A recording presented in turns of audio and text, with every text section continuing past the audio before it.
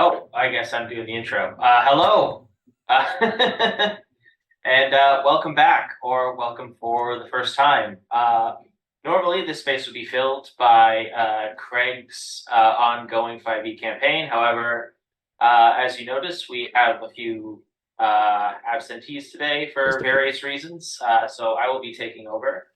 Sorry for the late start. We had a few technical difficulties, including the fact that Zoom decided that I am no longer entitled to a virtual background. So enjoy this creepy white wall that is the actual wall of the room that I recorded. So, as with our ongoing summer hiatus, we are going to jump into a one-shot. Today we're going to be playing Monster of the Week, written by Michael Sands, published by Evil Hat Games. Let me just double check that that is correct. So isn't there a Powered by the Apocalypse somewhere in there? Or is that a Yes, different Powered thing? by the Apocalypse is the game system that Oh, okay. that this runs on. Okay, yes, that was correct. Michael Sands, published by Evil Hat Games. I'm a big fan of this one. We actually ran this game as well last Christmas. However, the VOD did not survive, so it's one of those cases of you had to be there. I think your streams are cursed. I think that's what it is, Jack. Well, I mean, based on these two examples, we Uh-huh. have a mounting body of evidence for that. For those that don't know, Monster of the Week is a very fun game. It's about fighting monsters and solving mysteries, very much in the vein of the X-Files or Buffy the Vampire Slayer. And I am very confident that I can run it with two players. So, with that out of the way, Mike, is there an intro to run, or should we just jump into it? We could just jump into it. Okay, Yeah. I am. I'm not usually in the driver's seat here, so I don't know all the protocol. To begin, then, we start on a dark road, tall trees flanking on either side, somewhere in the middle of the state of West Virginia. It's pre-sunrise, about 5 p.m. And as we come into focus, we see the headlights of an oncoming vehicle, specifically an RV. Ian, would you like to describe what this vehicle looks like, and then also describe the person behind the wheel? Sure. So the vehicle is like picture the Breaking Bad RV, except like even more ratty and run down. So it's the classic yellow RV with a brown stripe on it, but it's got rusted out panels, and you can hear there's a loose belt every once in a while that sort of kicks up and makes that awful keening noise as I'm cornering sometimes. And it is not burning. If leaded gas still existed and we run off leaded gas, that's the kind of vehicle we're looking at here. Like it is just a wonder that it's still on the road, and the man keeping it on the road. He is like the poster child for meth addict. I don't know. Like he's just that leathery, wiry, just heroin chic, thin sort of middle-aged man wearing a wife beater shirt and red baseball cap on. Thankfully, the bold white lettering on his ball cap says "Make Elvis King Again." So yes, and he is just sort of humming to himself absentmindedly. The other thing that if you were to see this man, he's got just this uncanny sort of piercing glare that kind of looks through you rather than at you, and that's Jethro. And Jethro's driving. And it's been a rough night for Jethro. It's actually been a rough couple of weeks. You've been on the road for a while, and driving this late at night. What has Jethro been up to? He's been on a trip of sorts. Well, What can you yes. tell us about Jethro's profession? Well, kind of between jobs right now, in that never really had a job to say, but I do little odd jobs here and there of the more spiritual nature. Uh, people need to get a sign from their dead auntie or find their missing cat, that kind of stuff, or put the whammy on the X, that kind of thing. And you can look after that for a fee, but the fees kind of dried up when he sort of crossed the wrong person and was asked to leave the trailer park, so he kind of had to pull up stakes and hit the road. And of course, the vehicle and by which he performs all of these magics, you can see hanging off of the key ring that's in the ignition right now is an Elvis Presley keychain, and he sort of absentmindly, every once in a while is sort of grabbing it and holding on to it just to make sure it's still there, because that seems to be important to him for some reason. So you've been traveling across the country in this RV, plying your unusual trade in various places, which has led to where you are now, driving through West Virginia at about 5 a.m. Luckily for Jethro, he is not the only one in this vehicle. As we pan past him to the rear of the vehicle, the sort of seating area, Mike, who is in this RV with Jethro? In the RV with Jethro is Jethro's estranged brother, not terribly estranged, but estranged brother, Ranod. And for anybody that watches our regular stream, yes, that is Dinar backwards, because I'm just that original. Ranod and Jethro Skunk. Ranod and Jethro Skunk. I don't Skunk think we'll Brothers. be Skunk Brothers. We'll probably call him Randy for the rest of the night, just because that's easier to remember than Ranod, which sounds awkward. But Randy standing behind Jethro, a little bit more stylish, if you could call that, if you could call a hillbilly stylish. He's got an overcoat and a not so tattered shirt underneath.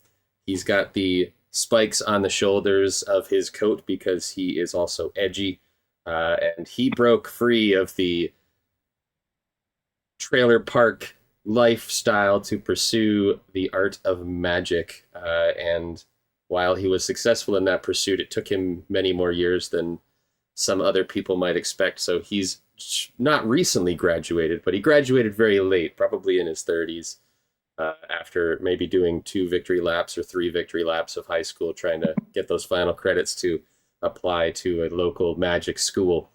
He is slightly more kempt than Jethro, but not too much. He's not a city slicker. He's not nice and proper and all of that, but he's much more proper than you might assume Jethro is based on how he's dressed.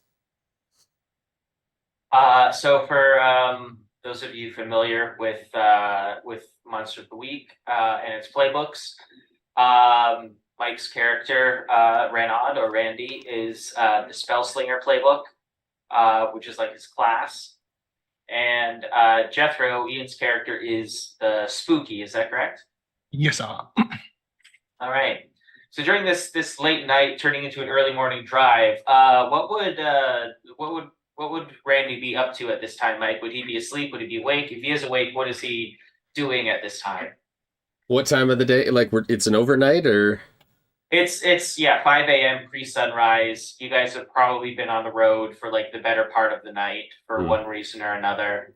I imagine he's sitting in the passenger seat, maybe got a hat of his own kind of draped over his eyes, not that there's any sun out that he needs to block.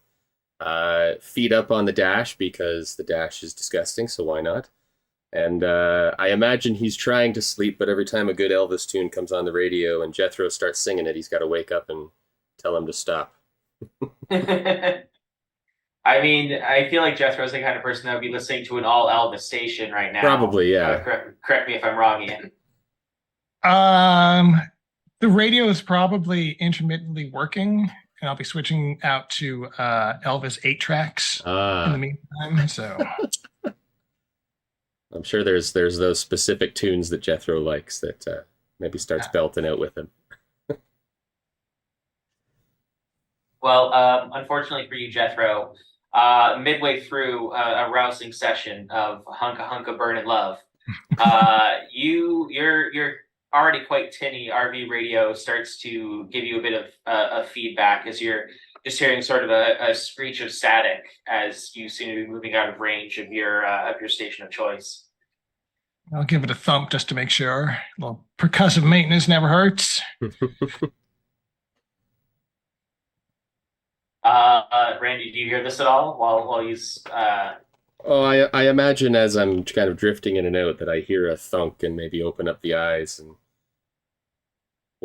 what's wrong, kind of thing. The damn radio's gone the fritz again.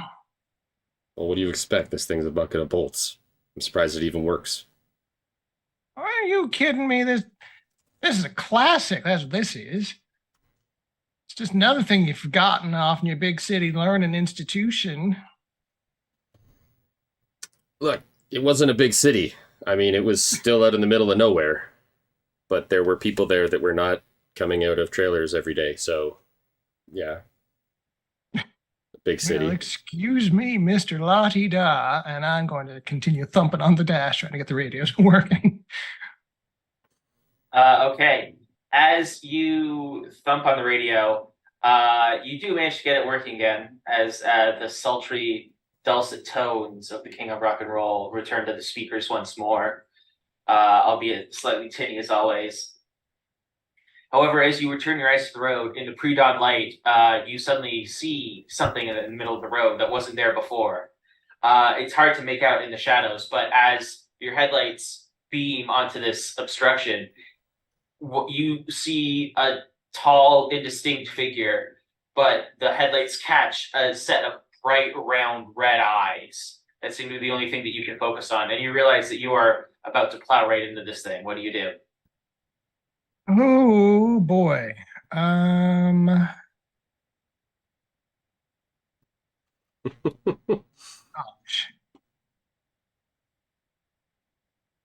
Hang on a sec. I need to look at the main playbook. Oh, here, it's the cheat sheet. That's what I need. What does use magic get for me? Because I don't think the truck's gonna swerve on its own without a little I'll help. say if you want to like crank the wheel and try to swerve out of the way of this thing on your own, I would say that would probably be act under pressure. Okay. But if you want to try to use magic or do something a little bit more outside the box, that you're. I will see how well the old bird responds to physical before I go to the magical, I guess. So I will just try to swerve and avoid. Okay. In that case, I'm going to need you to roll plus cool.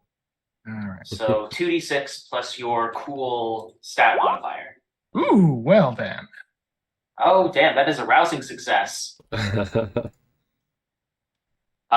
you do what you set out to do in that case. So you see these two bright eyes in the middle of the road. You immediately turn, crank the wheel. Renaud, you are flung from your seat as Jethro swerves to get out of the way of this thing. You manage to avoid hitting it head on.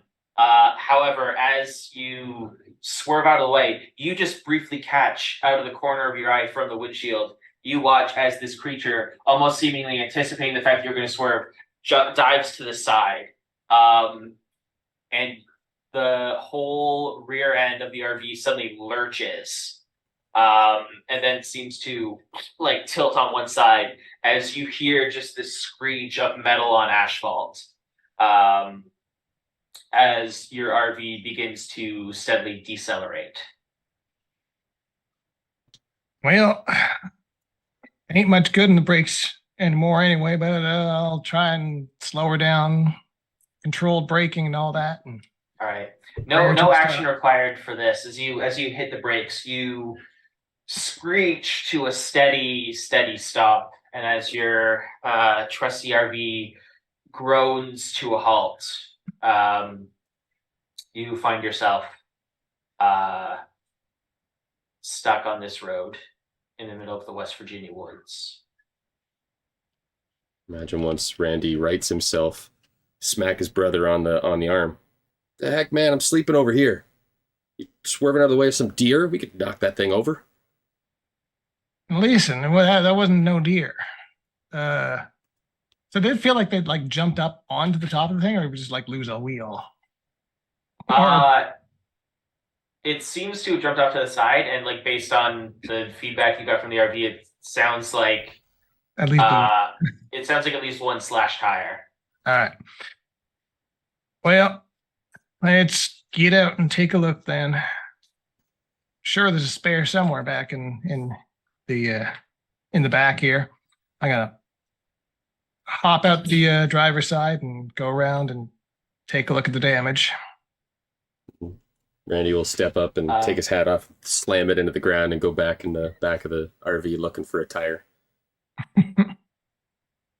Jethro, as you hop out, you see that you're not quite in the middle of nowhere.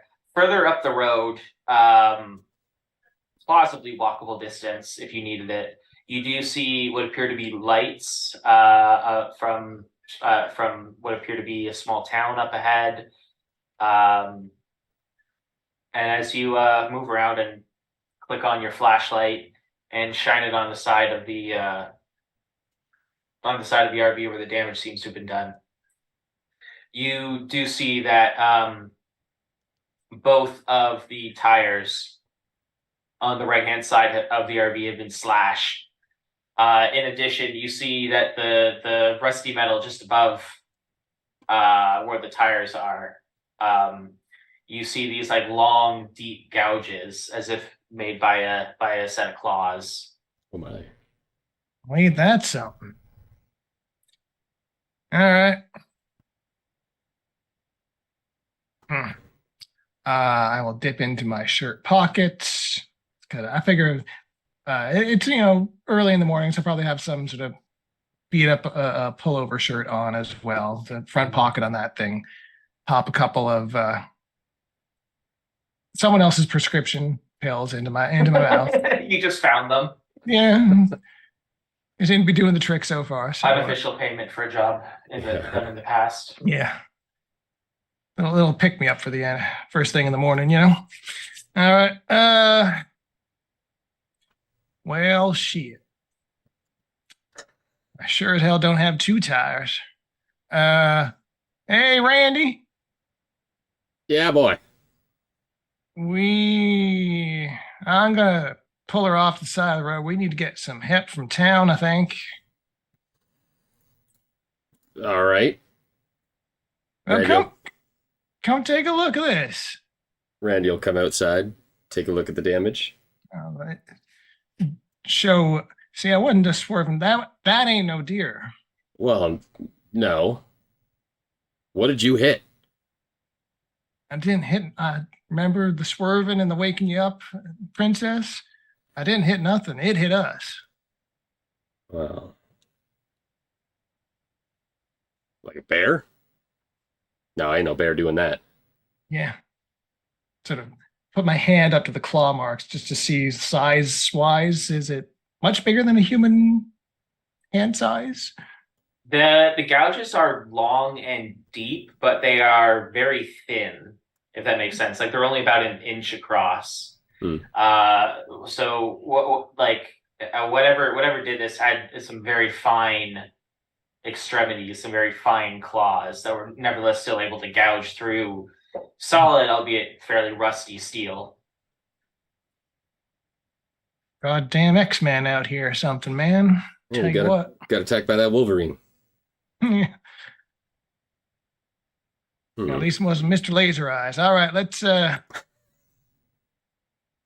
guess we see the town just up the road. I guess we are hiking in there, see if they got a filling station or something, can give us a couple tires. Yep. Yeah, we ain't going nowhere on them. No. Well, pull it off the side. We'll start walking. All right, so we'll pull the RV over to the side of the road. I will not lock it up or anything. There's nothing worth stealing in there, but definitely take the keys with me anyway, because that key ring is again, he's sort of almost nervously rubbing it at this point, like a rabbit's foot or something. And as you take the keys and get out of the vehicle, Jethro, you do hear a sound to your left as you hear a voice say, well, I'm not going to sugarcoat it. I think this is going to affect your insurance quite a bit.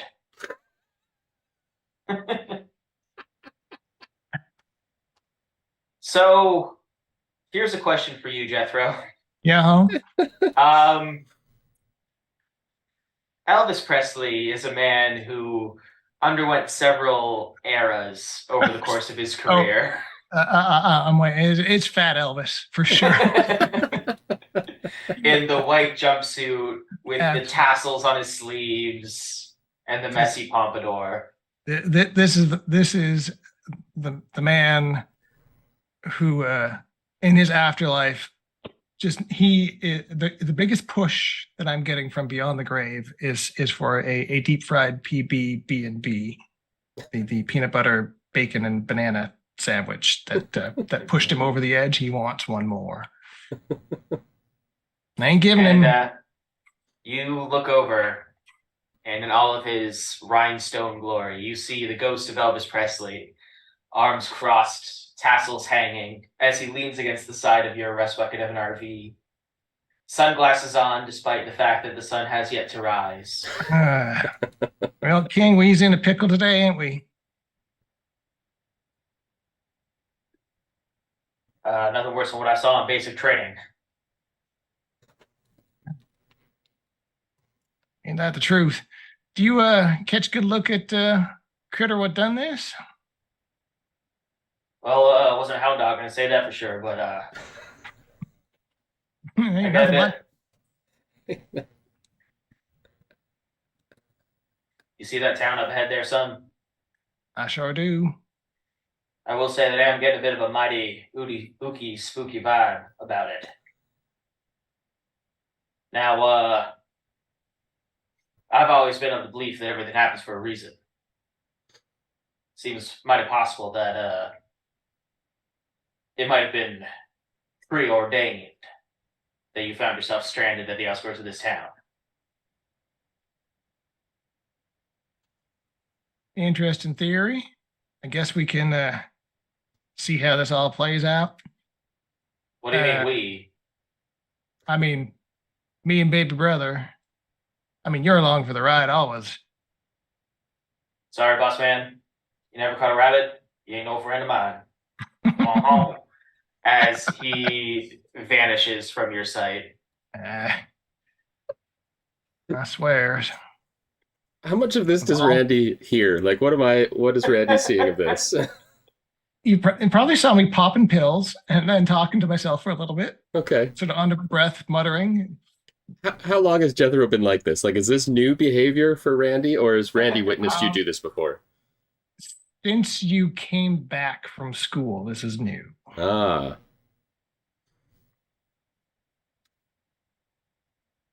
Jethro, those pills, they make you talk, man. Who you talking to? Oh, you know, Elvis and I, we got a rapport these days. Elvis. At least, again, The king himself. the one and only Elvis Aaron Presley. You got it, son. Oh, I've All been right, gone way Junior, too long. we got a couple miles to get to town. That's day's not getting any shorter. Let's get move on. Yeah, you just let me know what Elvis tells us about this trip, eh? Keep me apprised of all that you're hearing. Oh, you'll be the first to know. Apprised. Mutter. Stalk off ahead. By the time you make it down the road towards the source of lights, the sun does begin to crest over the horizon. As you breathe that sweet Appalachian air filling your lungs as you head towards the signs of civilization. The first building that you come across, the first one, that you approach is what appears to be a large diner. Um, the title of the diner, Almost Heaven, plastered above the front door in bright marquee letters. As you approach, you see that despite the early hour, it does appear that the diner is open. And there do appear to be a few cars already in the parking lot telling you that the morning regulars have already showed up for their coffee and donuts. There is a large old school glass window showing you the inside of the diner. Although it does also have several posters plastered to it, all with different sort of graphics and drawings, but they all seem to be advertising something called UFO Fest. UFO. Oh boy. Looks like we arrived in time for the Kook convention, little brother. Yeah, they're the kooks. Yep. I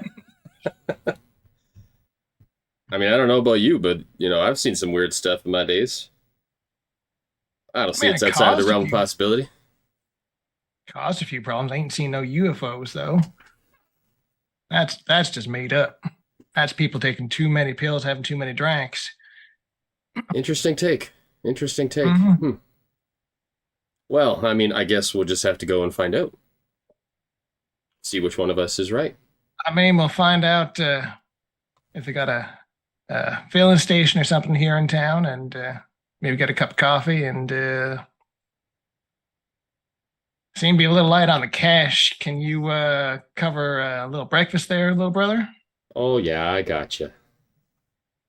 Randy will pull out a wallet, pretending to be a hot shot. Start sweating a little bit as he sifts through his fives.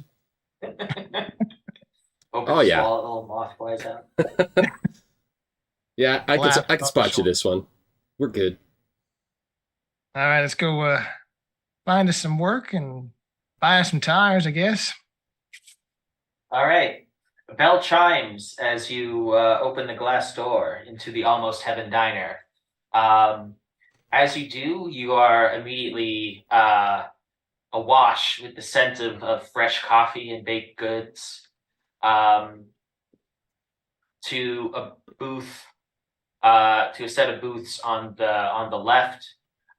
You see what appears to be a man in a sheriff's uniform, sipping a black coffee with a large stack of papers on his desk that you can't quite make out at the moment.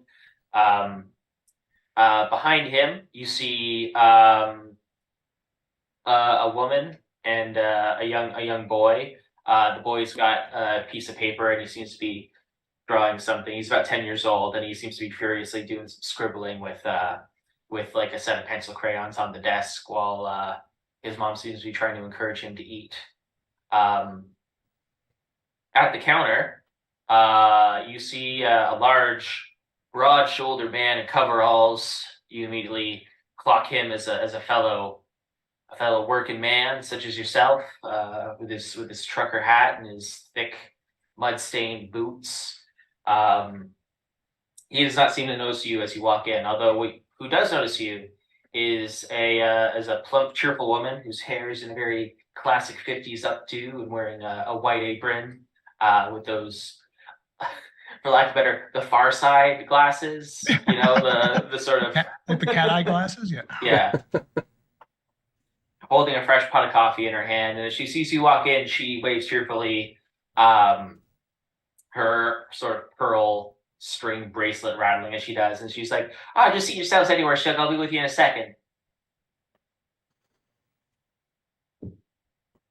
Jethro puffs up a little bit, being called Shug, so that's still got it. Do you sit at the counter, or do you sit at a booth? I think it would be wise of us, given that we are looking for assistance with our vehicle, to sit close to the working man. All right.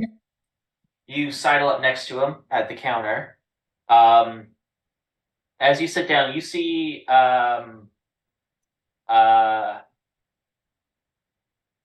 there's something unusual sitting next to there's a lot more of this like UFO fest paraphernalia, including leaning against one of the napkin dispensers. You see a little hand carved wooden figure. It's got like sort of a large head and like a relatively like short, stocky body with short limbs, sort of like a stereotypical like the little green man type aliens, except it's unpainted and seems to be just whittled out of a single piece of wood. Does it look as if the working man whittled this thing? Or was it left here by a previous patron? Hard to say. It looks like it was left by a previous patron because this man is just sipping his coffee. He has his smartphone out and he's reading the news on his phone, just scrolling through, as opposed to as a newspaper because it is the modern day. And he might be blue collar, but he's still a modern man. And he doesn't seem to be paying any sort of special attention to the carving. And as you seat yourselves, the woman comes in again, this time with another server, a girl, maybe about 15, 16. You see a family resemblance there, presumably mother and daughter, as the daughter puts down a couple menus in front of you. The mother pours you coffee and says, you folks hungry? Can I get you two anything to eat? Or I mean, absolutely. And does she have a name tag? She's got to have a name tag. She does, yes. Her name tag says Candace, and her daughter's name tag says Lottie on it. Lottie. Absolutely there, Miss Candace. How about a mess of bacon, eggs, and home fries for me and my little brother here? He's taking his big brother out for breakfast, ain't that right? Oh yeah, my treat, my treat. Coming right up. I don't know how long you folks are staying, but I would definitely recommend coming back again for lunch too, because we're getting playing all the classics for all the tourists in town. I'm going to be bringing out a fresh batch of pepperoni rolls later. Oh. You're singing my song there, Miss Candace. It's an Appalachian classic. I assume that you folks are in town for the festival, right? I mean, we're in town and there is a festival, but that wasn't our intent. Had a little bit of car trouble up the road. Can you steer us in the direction of your local filling station? Oh, I don't have to do that. Willis over here drops a toe. He can take care of it, no problem. Willis turns. You see his like thick red beard tinted with gray as he just looks at you from beneath the brim of his trucker's cap, just says, "Yep," and then just goes back to scrolling on his phone. All right. What sort of car trouble did you have? Did you blow a gasket or need a jump? Well, she's a fine piece of work that my RV back on the road, but blew a couple tires. Just avoiding a critter on the road. Oh, it's been another one of those damn porcupines. I swear. They're even worse in the winter, when there's the salt on the road and everything, but even in the summer, they can be a bit of a nuisance. Poor thing. Hope it didn't suffer. Oh, no, I spared its life, but sacrificed my tires in the process. And my sleep. Willis puts his cup down and says, if it's tires you need, I should be able to hook you up, but unfortunately, you might have to wait a bit. In fact, given how backed up everything is for the festival, I might even recommend that you two folks find some accommodations for the night. Well, ain't be one to turn down a festival. Yeah, it looks like we're going to that festival after all. Hospitality of local folks sounds delightful. While we're having this little conversation, I would love to use the site and examine at least the wooden carving, if not just if anyone gives any pings in the room. Absolutely. Just remind me about the details of the site. The site. I can see the invisible, especially spirits and magical influences. I can communicate with spirits that I see, and they gives me more opportunities to spot clues when I investigate a mystery. Mm. Okay. And you don't need to roll anything for that necessarily, right? Uh, Correct. It's just if I'm investigating a mystery, then I get an extra. Okay. I will say that the read that you get off this little carving, it's not tied to a spirit, but it is spiritual, if that makes sense. Like there seems to be some spiritual energy in a residual sense kind of radiating off of it. Although it's unlike anything that you've ever really experienced before. So it's similar to my own talisman, like my keychain, same sort of idea or something different. It's not really a talisman because there doesn't seem to be any sort of warding property to it. In fact, it doesn't seem as though there's any sort of it doesn't seem that there doesn't seem to be any sort of intent behind it. It more just seems like almost like it came in contact with something magical Mm. and that magic sort of had a residual Okay. Okay. effect. Gotcha. Um, okay, cool. I'm totally taking that when an opportunity presents itself. But As Lottie walks over and serves you her food, she says, so you're going out to the festival then? She rolls her eyes and then says loud enough for her mother to hear, must be nice. To that, Candace from the kitchen says, now, Lottie, I know that we talked about this. I know that you wanted to go out with your friends and do the UFO fest tonight, but I really need you to help me out with the dinner rush. And then Lottie just rolls her eyes again and says, right, Mom, gotta take over the family business. If it lets me do anything. I shoot a glance at Randy at that. I think Randy shoots the same glance back and is like, "Yeah, we've had that fight before." Lottie, As I think Candace, you should try to go to that event tonight. If everybody's at the festival, then what do you need a dinner rush for? well, as I am chagrined to admit, my mother's restaurant is the most popular eating establishment in town, which does make it a bit of a tourist trap. So all those out of towners coming to take in the festivities are probably going to be stopping here at some point or another.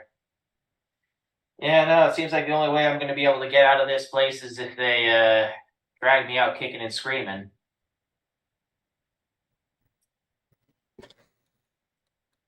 As Candace comes back in and shoos her daughter away, she says, so this is your first fest then? I guess you're not too familiar with the town history then. I'm an open book, please, or something. No, wait. You're the open book. Tell me what's going on. I have no idea.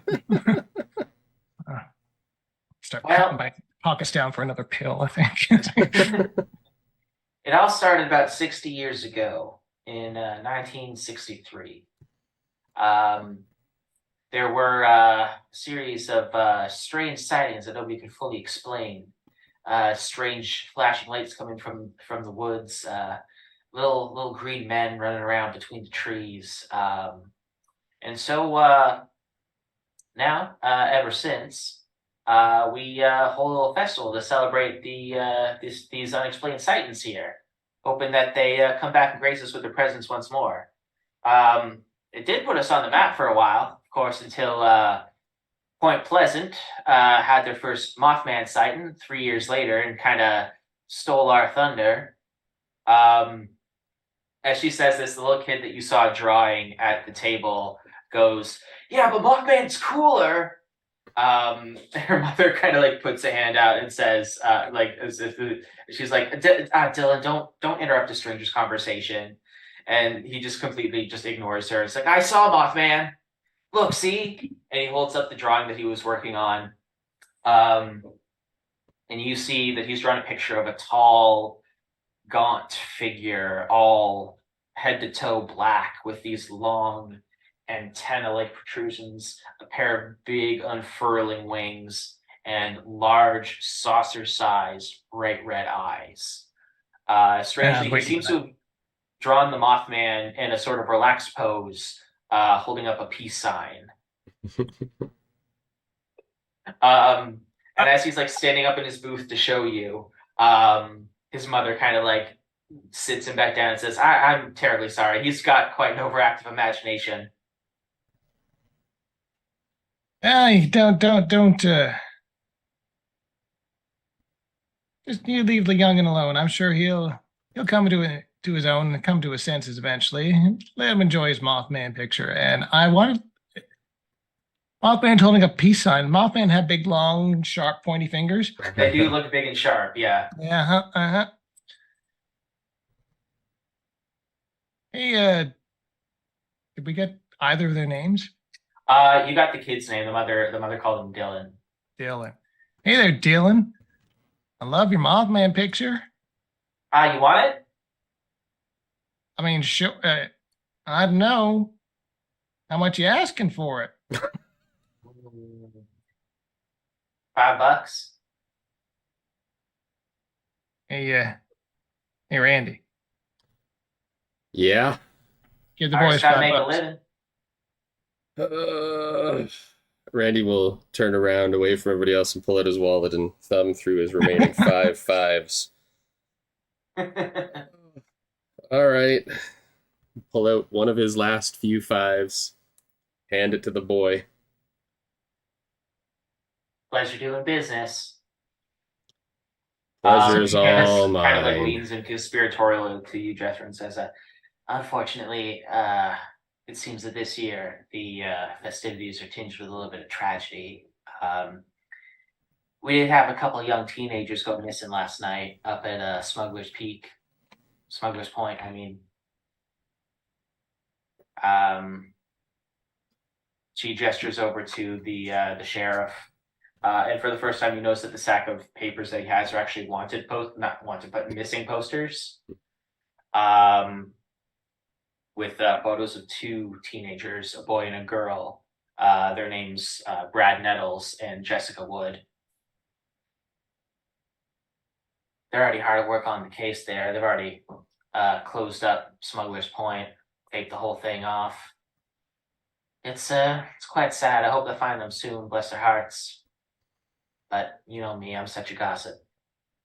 Probably just ran off to elope. You know, when I was younger, Lottie's father and I. And then you just hear Lottie go, "Oh my God, Mom, not this story again." As she like physically pushes her mother back into the kitchen, cutting your conversation short. Randy will lean over to Jethro. You know, that's the kind of stuff we help out with. Maybe we should go take a poke around that Smuggler's Point, which, can I just say, a horrible place for teenagers to hang out. That just sounds like devastation, tragedy written all over it. You ain't wrong, little brother. We looking to coordinate with the 5-0. We're gonna go out on our own here. Yeah, we might as well see if they'd be willing to take a few adventuring prospects. If not, we just sneak around. Maybe they'll pay us. Now I'm now looking at my stats, and Jethro is unsettling to be around. So like my charm is -1. So I'm basically Candace is just a very friendly sort. Yeah. It's those piercing eyes. Like I just tend to like stare through people a little bit as I'm talking with them, and they don't want to stick around and talk with me for long. The little boy was more than happy to take the money and take off, kind of thing. Yeah, and also like this kid seems to be specifically like not very phased by weird things or weird people. If his Mothman drawing is any indication. Yeah, I want to. His mother would definitely like the reason that she was so adamant to like, you know, is because she's getting a bad vibe off of you, even if he's not necessarily. Yeah. Yep.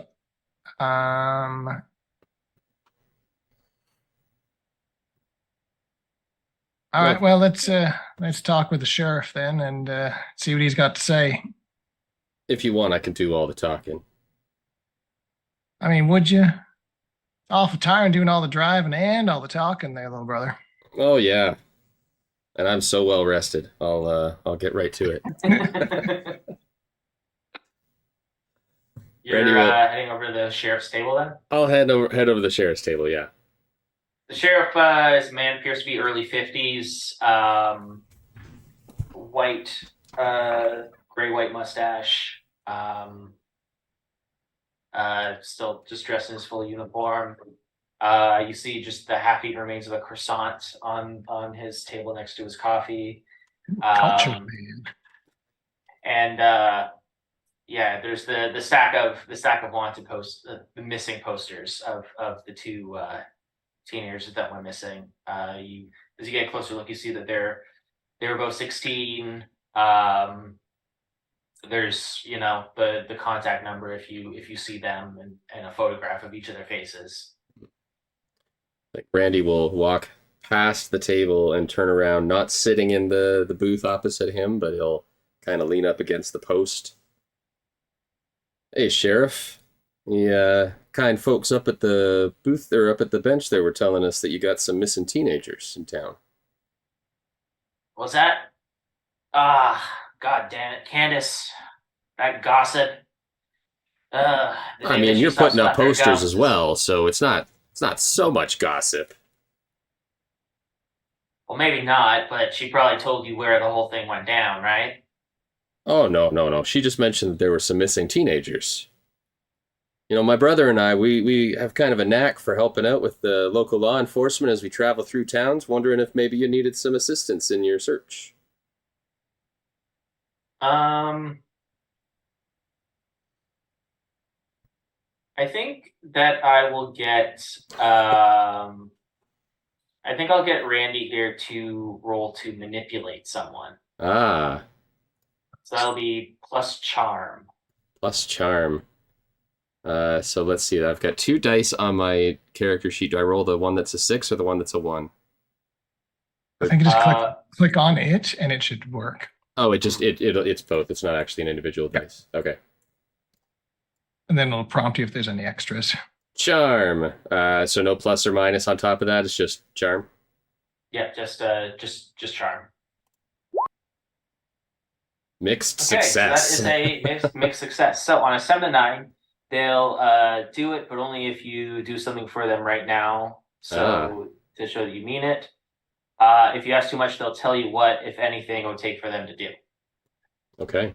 So in this case, he kind of like turns and looks at you in your booth and says, "Now listen, son, I know that you probably have good intentions, but we don't really appreciate when outsiders come and start poking their nose in our business. If you really want to make yourself useful,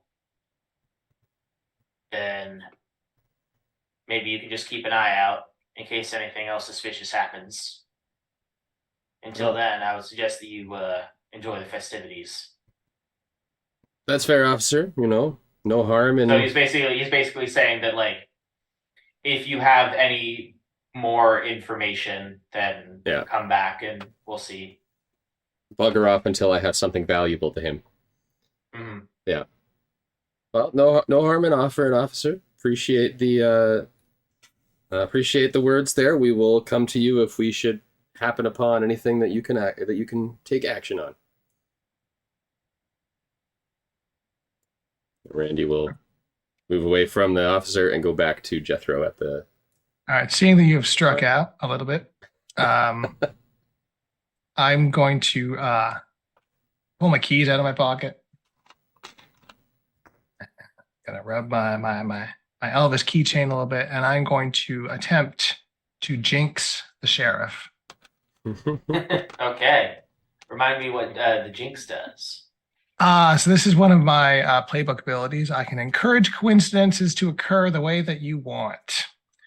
I will attempt to roll plus weird. If I do well enough, then I can cause the target to, well, there's a whole list of things, but the one I'm shooting for is I'm going to make the target lose something that we will find. Oh. Okay. So I'm going to try and roll plus weird and hope that I don't screw this up.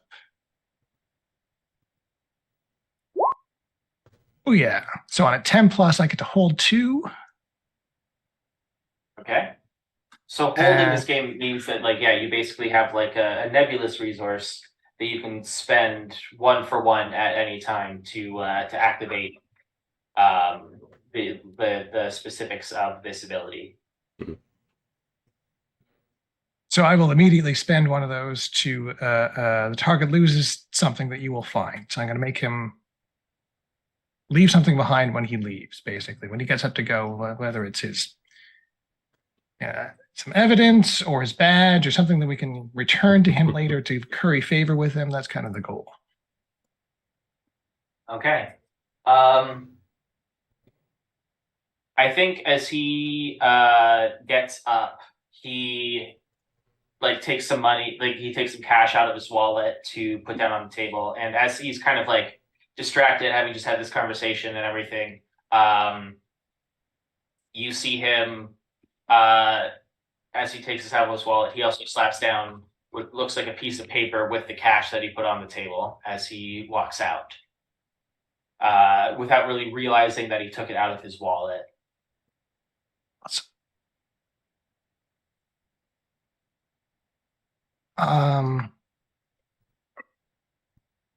Geez, now I got 2 things to sleight of hand before we get out of here.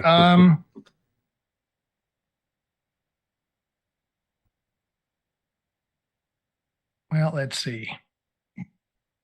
Gonna make an excuse to go into his booth.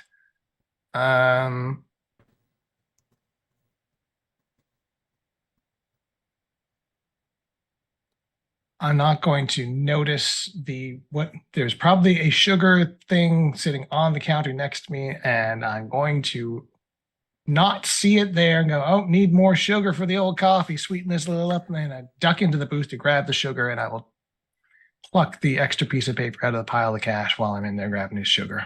Okay, that makes sense to me. Do you look at it now, or when you've got kind of like a quiet space to do so? When we got a moment to look at it privately, I think it'd be the way to go. Okay. Is there anything else that either of you would like to do here? Any lines of questioning you'd like to pursue? Let's see. We know that there's some disappearances. You know that there have been sightings of weird things. So there was the sighting 60 years ago. Have there been any sightings since, or is it just From the way that Candace described it, it sounds like they're celebrating this one event from 60 years ago, or like building a festival around it, rather. Right.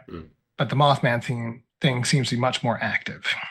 The Mothman thing almost seems to be a point of contention, the way that Candace described it, because Mothman is Point Pleasant's thing. Sure. In this town, by the way, I actually didn't say the name of the town. That's so. The town that you're in is called Short Rock. You would have passed the sign on the way in. It seems as though, based on the way that Candace, the sort of like icy tone in her voice when she was talking about Mothman, that maybe there's a bit of like a town rivalry between them in Point Pleasant, even if it's maybe a little bit one-sided on their part. Yep.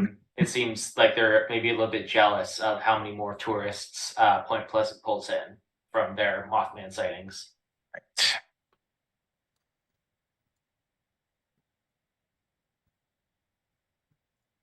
Okay, so we know about the disappearances, and we know the name of the place, even if we don't have a good lay of the land. All right, and we've got someone to tow the RV, which is nice.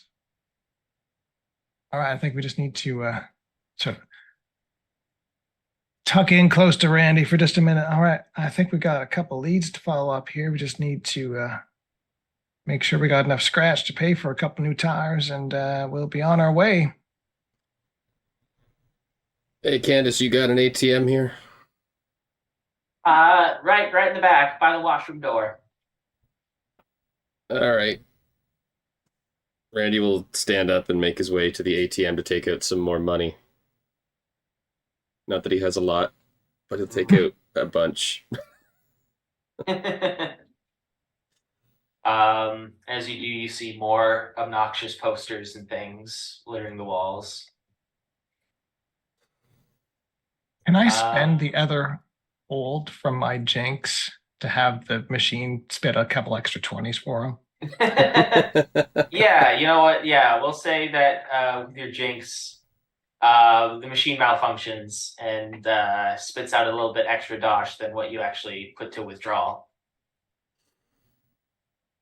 Um, you look over Jethro, and as you see your brother withdrawing from the ATM, you see the ghost of Elvis as he just Anthony Fonzarelli just whacks the side of the ATM with his fist, Beautiful. and then just shoots you finger guns, and then vanishes again. Imagine Randy will pick up his cash and count it and be like, all Maybe right, sure to all take right. good here, Randy. Uh, Miss Candace was awful nice to us. Let's make sure we tip her nice and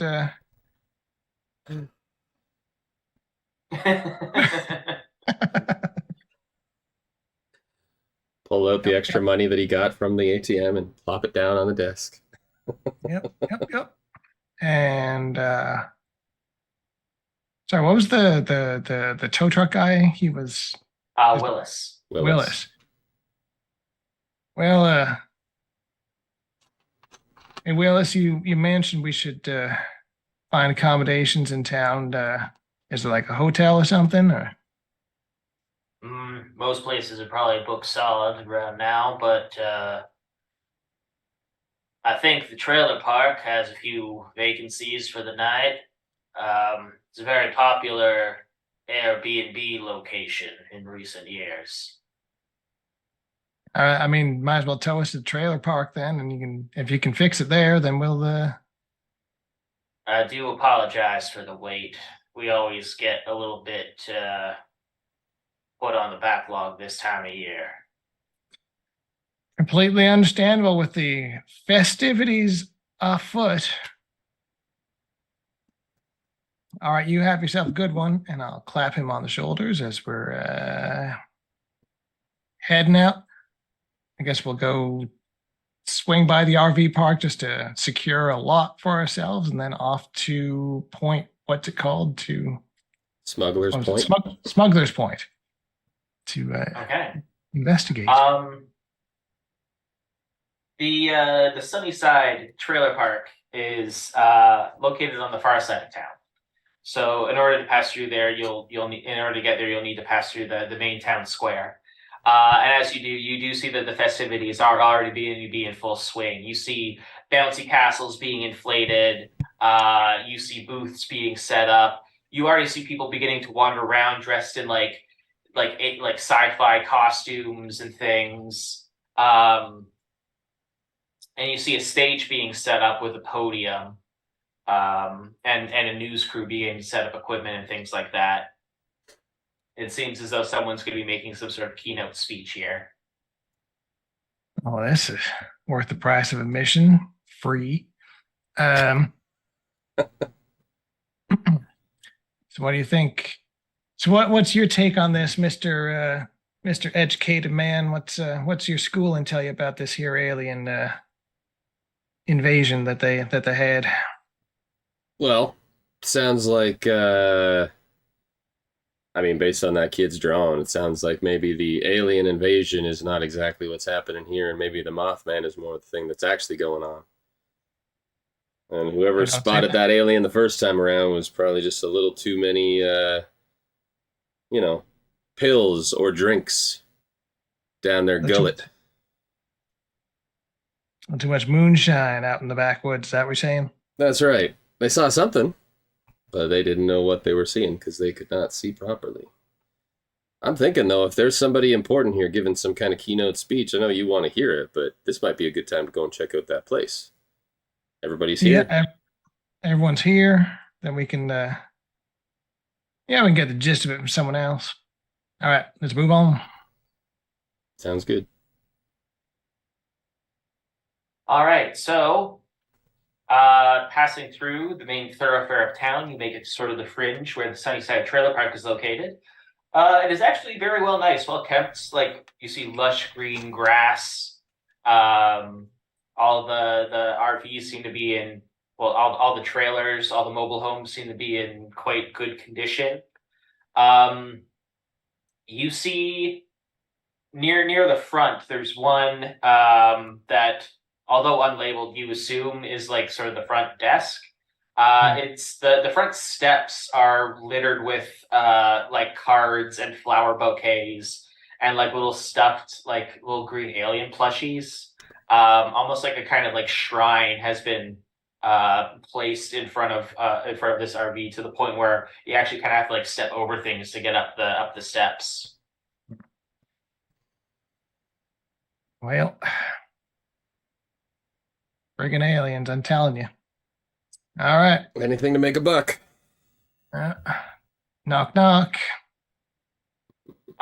You hear the sound of a gun cocking on the other side of the door as you hear a shrill voice yell, Sonny Strauss, if that's you again, I told you once, I told you a million times, I will not be appearing on your podcast.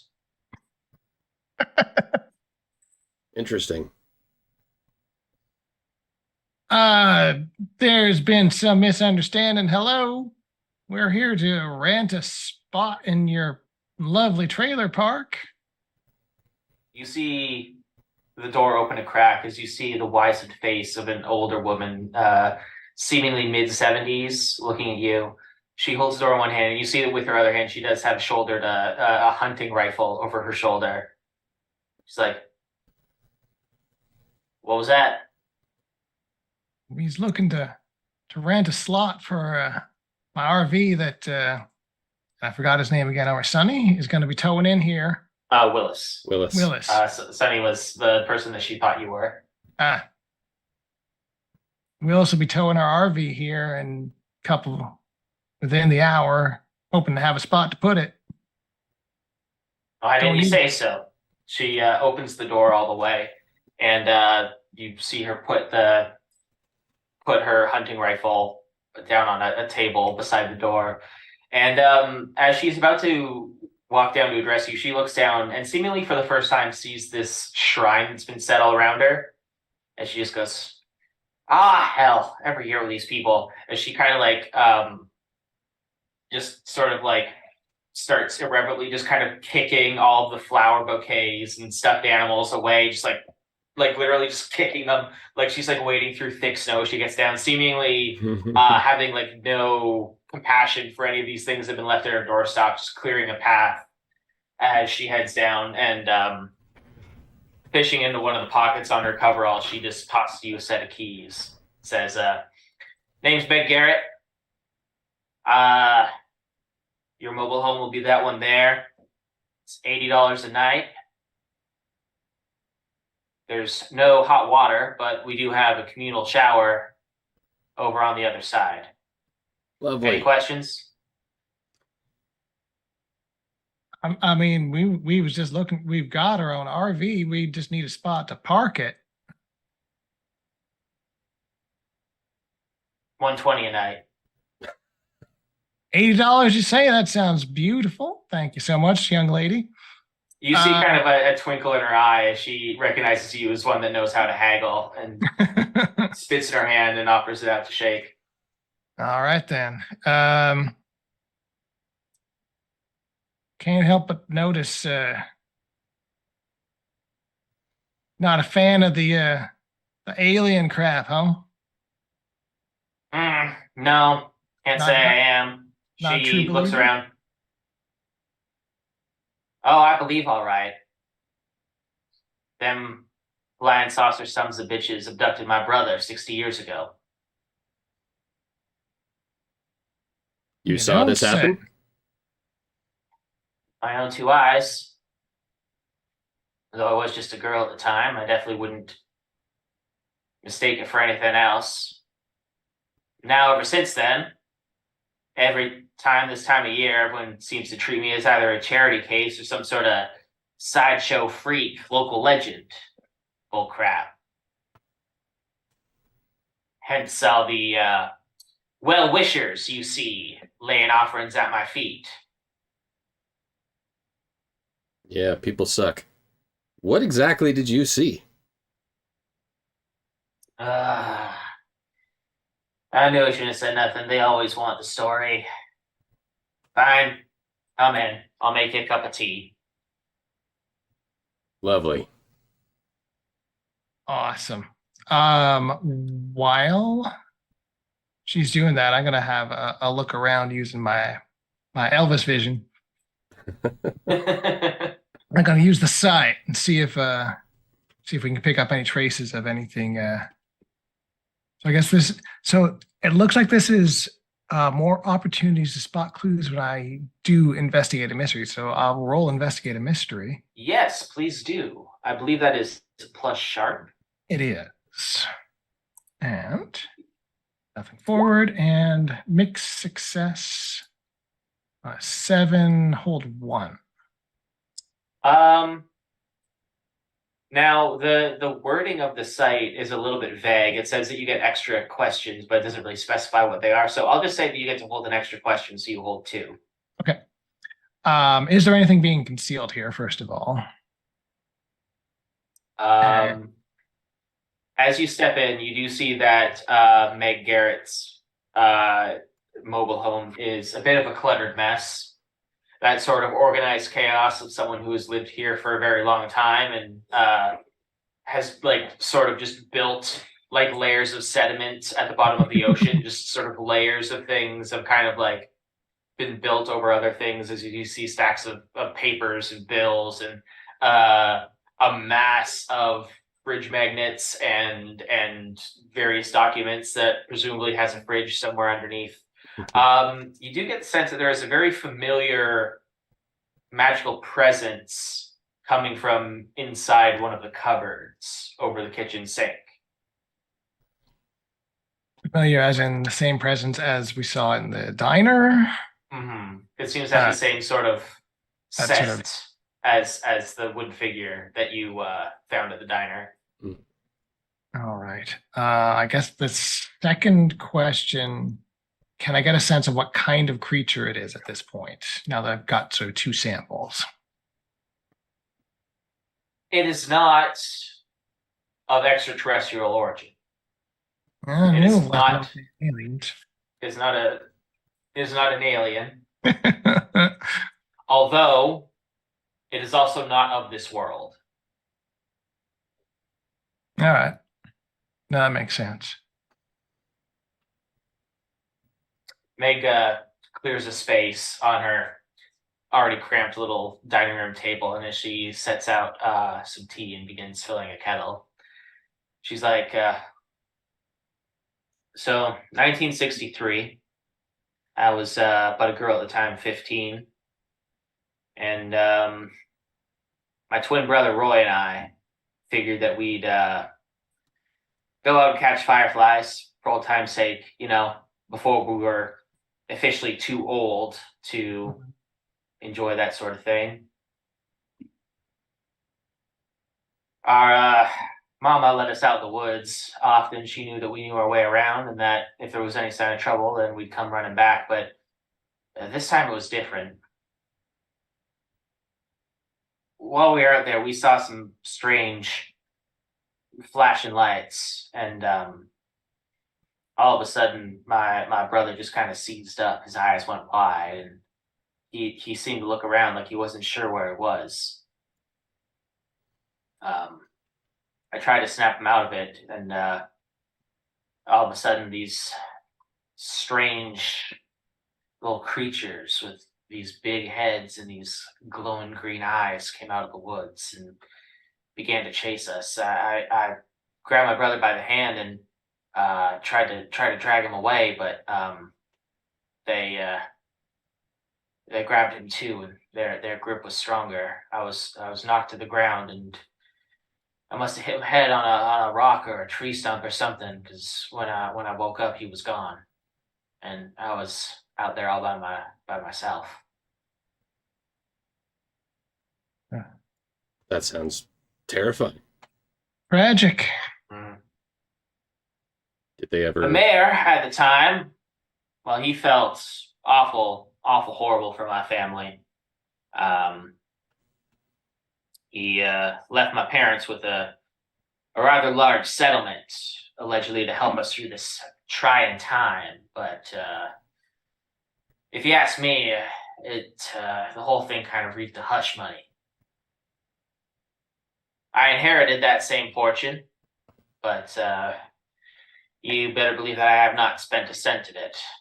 It's blood money as far as I'm concerned, and these past 60 years, I've just left it tied up in a savings account. Anyway, I guess that made me a bit of a local legend around these parts because this time of year, I always get people coming by trying to pay their respects, wish me well, leave their little tributes. She pours you a steaming cup of tea. You get used to it after a while, being a freak. The little girl who saw little green men. That part I don't mind. Really, all I really want is just to see my brother again. He puts the kettle back on the stove and sits down. And in all the years since that happened, nobody's ever seen another sighting of these things. Not in the last 60 years, at any rate. Any legends of this happening in the past? Or is this the first instance in Short Rock? I did do a little bit of research. Down in the town archives, I stop in every now and then when I know I can keep a low profile. And I did a bit of poking around. Apparently, my brother wasn't the only one to go missing that night. Oh. 5 other people, all different ages. None of them knew each other. All seemingly random abductions. Different ages, races, sexes. All on the same night as your brother. All in the span of 24 hours.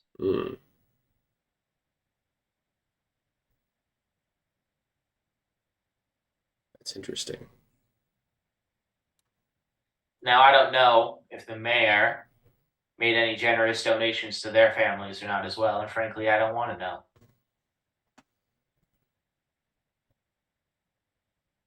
And you know which families they would be? Most of them have packed up and left by now. Gone to places with without as many bad memories attached to them, I reckon. But for good or for bad, my heart and my old bones will always belong to Short Rock.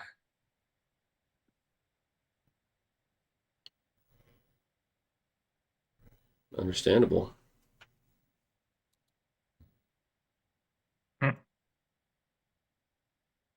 So you know anything about those 2 teenagers that went missing?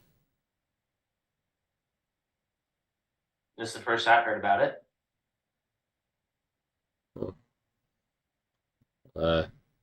Candace and the sheriff over at the diner, they were saying there's 2 teenagers missing. And of course, we remember the names that were on the flyers. Brad Nettles and Jessica Wood. Yeah, I knew there was something outdoorsy about the last names, but that was about all I could remember.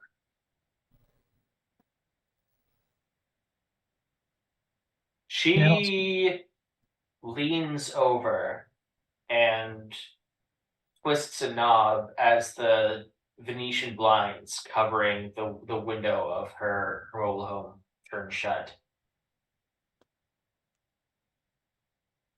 She gets up. I don't suppose either of you boys have been to where they were last seen, were you? To be honest, that's our next stop. We were just settling up a spot for putting our heads afterwards. She gets up and walks over to the cupboard, the one that your investigation yielded that there was something hidden there. Mm-hmm. She opens up and she's like, well, Not my place to get involved per se, but if you two happen to be the nosy type, you might want to take a look around that site and see if you find one of these. As she thumped something down onto the table, a little hand carved wooden figure, Hmm. identical to the one that you saw at the diner. Interesting. Given that this is my first sighting of this or real clocking, that maybe there's something to it, may I try a forensic divination? Go Ooh. right ahead. So it says, when I successfully investigate a mystery, I may ask what magic was done here as a free question. Yeah, okay, so go ahead and roll plus sharp, investigate a mystery. All right. Success. Oh, we're rolling Okay, good. We're rolling good. so you get to hold two, and you have the list of questions that are available on the Hunter reference sheet, as well as the one that is granted to you by your playbook as your possible options that you can ask for those two questions. Mm. So there's another part of my playbook that will affect this. Yeah, no, just the fact that your forensic magic lets you ask, in addition to the questions on the Hunter reference sheet, you can also ask what magic was used here. Oh, I see. Okay. Okay. All right. So the first question I'll ask is, what can it do? Um, well, are you asking what can it do? Is in like what the figure can do, or what Yeah. the whatever left it behind can do? Yeah. What can the figure do? The figure can't seem to do anything. If anything, it seems to be some sort of calling card of sorts. Although you don't know if it's a calling card that gets placed after a person disappears or Hmm. before. Interesting. Um, can I ask what sort of creature? I don't know if this pertains to it, but if I ask what sort of creature is it in reference to what left it behind, can I do that on an item like that? Sure.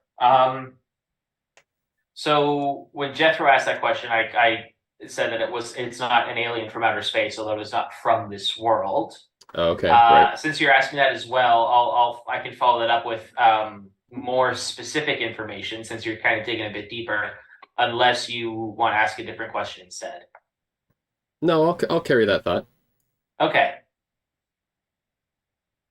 you lay a hand on this figure, and you immediately get like a little precognitive of flash, a vision of a strange place with like a lavender purple sky and long stalks of this like strange blue grass around you. There seems to be almost a haze in the air as you see like these like spores floating around.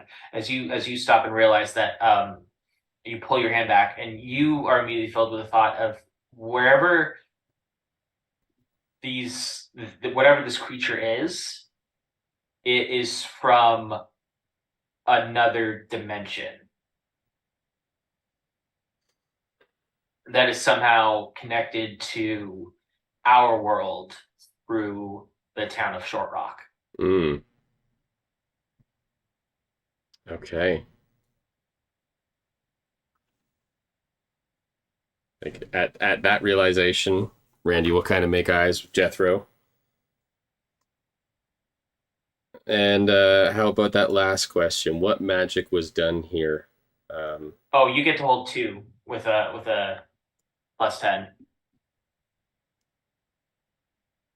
Sorry, so what does that mean? My bad. It just means that you get to ask two questions. Oh, so I've asked my two questions. Yeah. Okay, okay. That's good. Um, then Randy will make eyes with Jethro. Uh, hey, brother, I think we better wrap up here and head up to that point. Yep. Daylight's burning. Let's head out. I do appreciate your candor, ma'am. Anytime. Come back if you find anything interesting. May we take this with us? Randy will hold up the little figure. I mean, if it'll help you with whatever you're doing, I certainly won't miss it. It's just another bad memory as far as I'm concerned. It probably wouldn't hurt to have along. Hmm. Randy will put that in his pocket. Okay. Mercifully, Smuggler's Point is a much shorter distance, as it is also sort of on the outskirts of town. As you walk by, you see a little plaque by a dirt trail leading up to this, a dirt road leading up to this point, telling you that Smuggler's Point got its name because it was apparently a rendezvous point for bootleggers and rum runners during Prohibition days. However,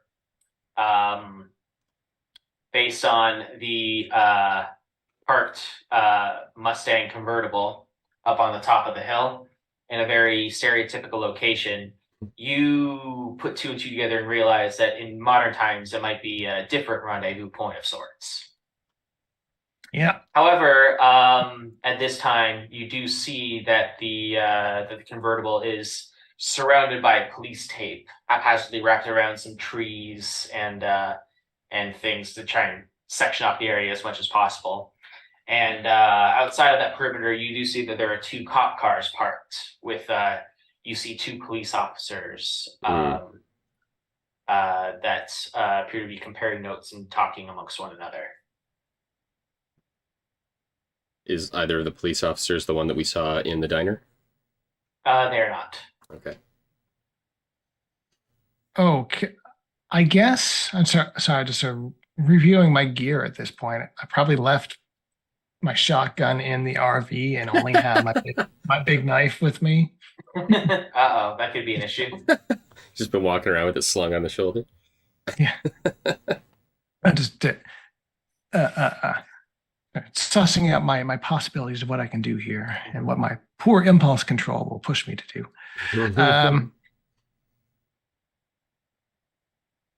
Yeah. So two cop cars, are they at all engaged in investigating, or are they just sitting in their cars drinking coffee? They are outside of their cars at the moment. They seem to be talking amongst themselves. You see one has a thermos of coffee. It seems like they are on a break. But they are positioned in a way that they would be very difficult to just sort of sneak past, especially because it is still, mid-morning and it's still bright out.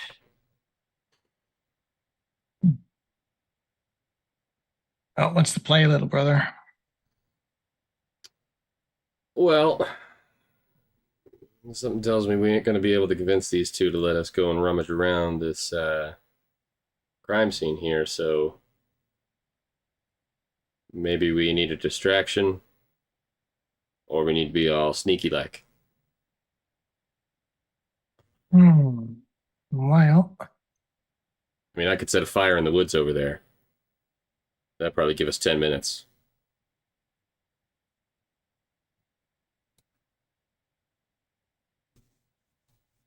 nah, that's messy. Might burn some evidence that we need. True. I'm gonna try and put the whammy on one of them. You're going to try to knock him out? No, just a little whammy. It'll be fine. He'll be okay. What about the other one? Well, hopefully, when this one goes a little berserk, the other one will try and help him. All right. I'll follow your lead, big bro. All right, I'm going to attempt to hex one of the police officers. Okay. This is the last of my playbook moves. So I'm going to use magic, and I can pick from one of the normal effects, or I have some extra effects I can do when I use magic. It's basically All what I right. can do. So first, I will see if my hope is I'm going to give him a disease. Is my hope here? Let's see if I can hit this. Come on, baby. Oh yeah! Oh man! Wow. I have not gotten to impose any consequences to bad rolls so far because you have had none. We are Uh, just riding high. We can do no wrong. This is great. so you are Uh, attempting to inflict a disease on one of the. yeah. So I'm going to give him just the most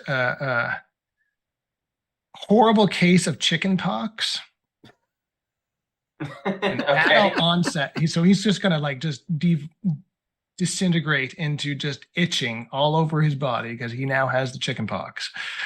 Oh my. Or I guess if You he's had them already, then he'll have shingles, and that'll be even worse. So you watch as these two cops are talking, and one suddenly like drops his cigarette as he just begins just frantically just itching himself, and it gets so bad that he literally like falls to the ground. He's like rolling around on the ground, scratching himself. You see the other cop spit out his coffee and drop his thermos as he takes out his walkie-talkie. And goes, "Officer down! We got an officer down!" go go go go go go. As he goes and starts trying to help him into his car, leaving an opening for you to proceed. Yeah, we will blast past, and if they happen to leave, then we'll take a circle back for the Mustang. But for right now, we just want to get by them into the woods where the thing went down. Yep. Mm-hmm. So you're going. So sorry, you're going into the woods. So, yeah, wherever we assume the event actually happened. The car was parked here, and there's hopefully a path to follow or something. Um, Unless the car was the crime scene. Mm, you could always investigate a mystery to I find out further. guess we will need to do that. Yeah. Can we both do that, or does one of us have to do that? I'll just let one of you do that. All right. I mean, there might be. Let me check because I think there is a rule where you can provide assistance. Oh yeah, I can Uh, help out. yeah. So when you help another hunter, you can roll plus cool. On a 10 plus, your help grants them a plus 1 to their roll. On a 7 to 9, you grant them +1, but you also expose yourself to trouble or danger. Yeah. All right. Well, I've got a -1 to cool, so this should go. Maybe Jack finally gets to give us some consequences. All right. So I'll roll cool to help out with this investigation. Well, I was thinking maybe since I was the one who did the hexing, you can do the investigating while they're distracted, and I'm Sure. We could do that. Yeah. I do have a yeah. +1 to sharp, so That seems like the better play there. Okay, so Jethro's rolling cool to help. Sure. Here we go. And oh my word! Wow. Well, there you go. Okay. So you will have a +1 to your investigating mystery roll. Okay. So I will add that one when a box comes up here. Yep. Okay. And an 11. Just smooth sailing for these two hillbilly I know boys. we're gonna speed run. We're gonna speed run tonight. See, I knew that I could do this with just 2 players.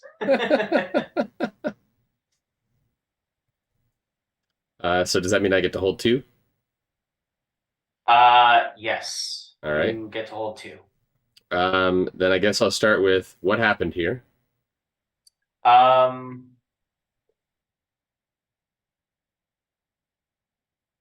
Sorry, my audio cut out there for a second. You see that as you get a closer look at the vehicle, that the driver's side door is partially ajar. It was not properly closed, and you do see some marks in the dirt by the car on this dirt road, indicating that someone was forcefully dragged out of the car, Okay. possibly more than one person. Okay. And then I will follow it up with the obvious, where did it go?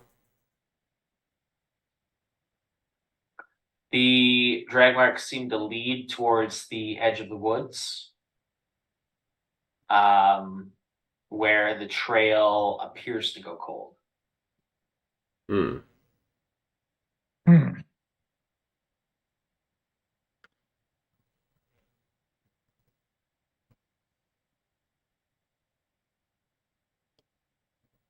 Dang. Okay. Like all of a sudden the tracks just stop. Well, mostly just because like the dirt road kind of was just more conducive to leaving clear tracks. Oh, And okay. then once you get into sort of like the mulch and the underbrush of the woods, it's just much harder to glean from there.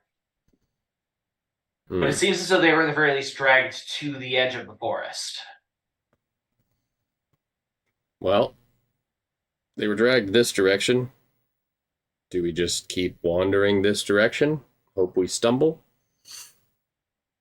I mean, it gives a starting point until maybe we can toss the car once our itchy friends are gone.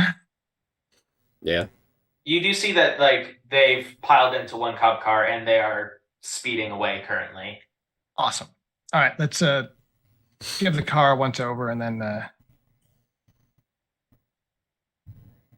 so again, I will use my spiritual vision to see if there's anything extra that I can see. I guess I will. Hmm. So I will search the car specific, like inside the car, rather than because you were sort of looking around the outside of Okay. it when you were Yeah. doing yours. So I'll look inside. Um, rather than roll, as you approach, Hmm. you uh, briefly catch a reflection of yourself on the hood of the car, and then as you do, you see another figure come up beside you and run his hand along the hood and go, "Now this is a quite fine automobile, if I do say so myself. Always been more of a stunts man, but I can definitely see myself behind the wheel of a bad boy like this. Uh huh." Well, Kang, what do we got inside? Is it worth tossing this car? Are the youngins gone? What's happened around here? What do you think? Well, in my professional experience, two crazy kids getting dragged off in the middle of the night like this, they definitely didn't leave of their own volition, if you catch my meaning. I'm 100% with you. It's possible they might have dropped into Coutramar too in all the confusion. Um, you know how things always tend to roll under the seats. All right, let's take a look. See if I'll rummage a little bit inside the car. See if there's any goodies. If we find You another one of those. at the king's direction, you reach a hand under the driver's seat, and your fingers clasp around something rough and wooden. Mm-hmm.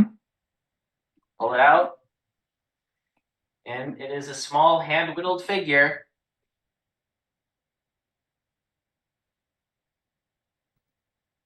But just so to describe again what the figure looks like. It is like it's just a person, a carving of a person, or It's humanoid in shape, but with sort of a small, squat body and a large, kind of rounded head, almost kind of like a stereotypical like alien with Yeah. the right, with the like the sort of like the grays with the big head and the sort of spindly small body. right. So it doesn't. So it's not Mothman looking. It's definitely playing into the alien abduction story. Like someone is feeding the story of alien abduction Hmm. with the carvings. Possibly. Someone of magical bent, but then what are they doing with the abductees? Uh, I guess we go to where the trail went cold then and see if we can see if there's any sign of what happened to them from that point. Hmm. So you kind of catch up to Randy, who was already kind of Yeah, moving in that yeah, I'll direction. go walking up, got a couple of pills go in. It's like, all right, gotta keep alert here. Like Randy, having maybe overheard Um, you muttering to yourself, side eyes Mhm. you. So Jethro, we fallen into a burning ring of fire here, or what? Like, what's the good news? I brandish the carving. It's like, well, this is our man, all right. Oh, you found another one. first of all, that one is even my son. Ring of Fire was trying to catch. You better tell him that. Oh yeah, that's Second, right. That's the wrong dang guy. Oh, and second, you feel those hairs rising on the back of your neck there, Chief. I do. Something's not all right out there in those woods. Look alive. It's time for a little less conversation and a little more action, if you catch my meaning. Should I read a bad situation at this point? I was going to say, yeah, I think you should. Go right ahead. All right, that is plus sharp. Here we go. There we go. It's fine. It's I just made a couple of here's kills. the good news: is mark experience. Hey, I because you in Monster of the Week you gain experience whenever you fail a roll. Now for the not so good news. You are currently past the threshold into the woods, and although it is still not even noon yet, the dense foliage of the trees does create a darkness that descends over you. And as it does, you look around and begin to see pinpricks of an eerie green light in the darkness. An eerie green light in the shape of a round pair of eyes, and then another, and then another. You hear strange scrabbling, like claws in the underbrush, as 4 or 5 surrounding you, these entities all begin to sort of in jerky, lurching movements make their way towards you. Their details are obscured by the darkness, although reflected in the light you see rough, craggy-looking skin, illuminated by around their eyes, and jagged-looking mouths, almost like they were carved into a tree. And as they begin to lurch towards you, the circle around you closing in. As they get closer, with every movement of their limbs, you hear sounds like creaking branches or groaning wood. And when they open their mouths to speak, all you hear is just the sound of rustling leaves in the wind. You can tell that these creatures are of hostile intent to you. And they do have you surrounded. What do you do? Look at the time, go, it's 10:05. Is it time for our break? Like the perfect time for it. What do you guys want to do? Take 5, take 10? Yep. Yep. We can take 5, yeah. Okie doke. We'll be right back after these important messages.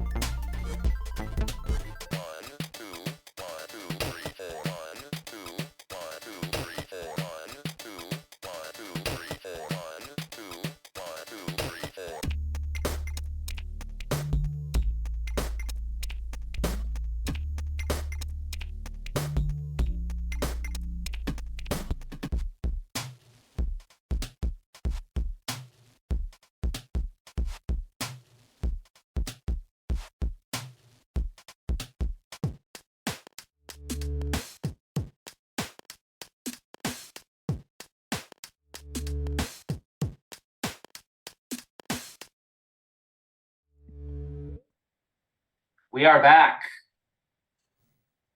Where we last left off, you find yourself surrounded by strange forest creatures with large glowing green eyes approaching you in a circle with malicious intent. What do you do?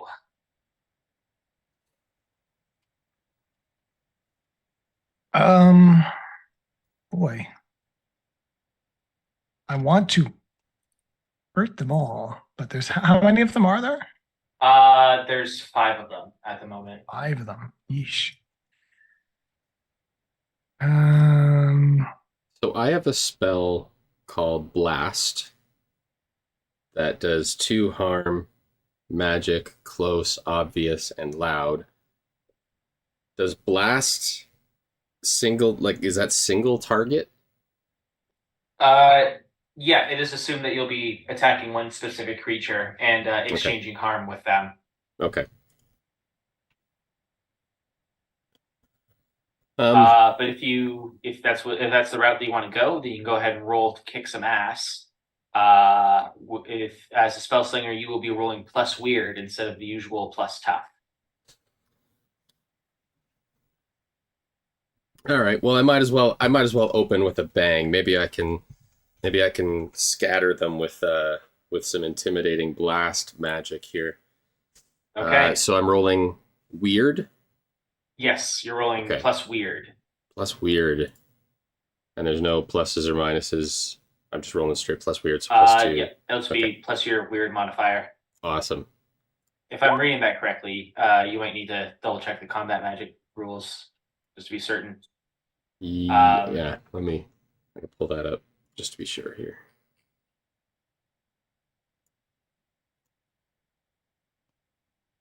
Should have had this So open you already. got a 9. So on a 7+, you, whenever you're fighting, inflict harm on each other. The amount of harm is based on the established dangers. So,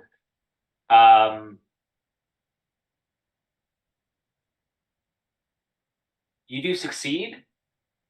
What this means, though, is that you're going to inflict harm on one of these creatures, but it is also going to inflict harm on you, which is sort of how combat in this game works. Harm is always like fighting is always an exchange of harm, unless Mhm. stated otherwise.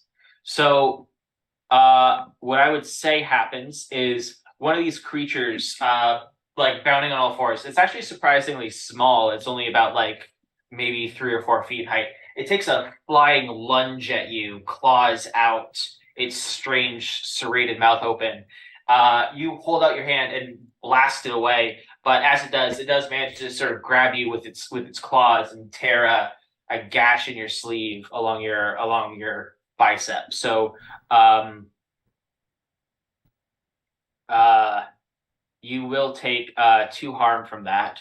Oh, But what does your how much harm does your blast inflict? so my blast inflicts 2 harm, 2 magical harm, Okay.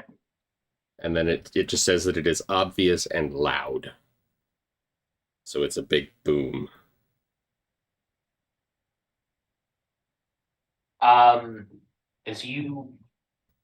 As you hit that as you hit it sort of mid leap with your blast, it is knocked back and there's like pieces of it blasted off as you see flying off. It almost looks like little pieces of tree bark have been launched off of it as it goes rolling, tumbling back into the darkness out of sight, momentarily gone.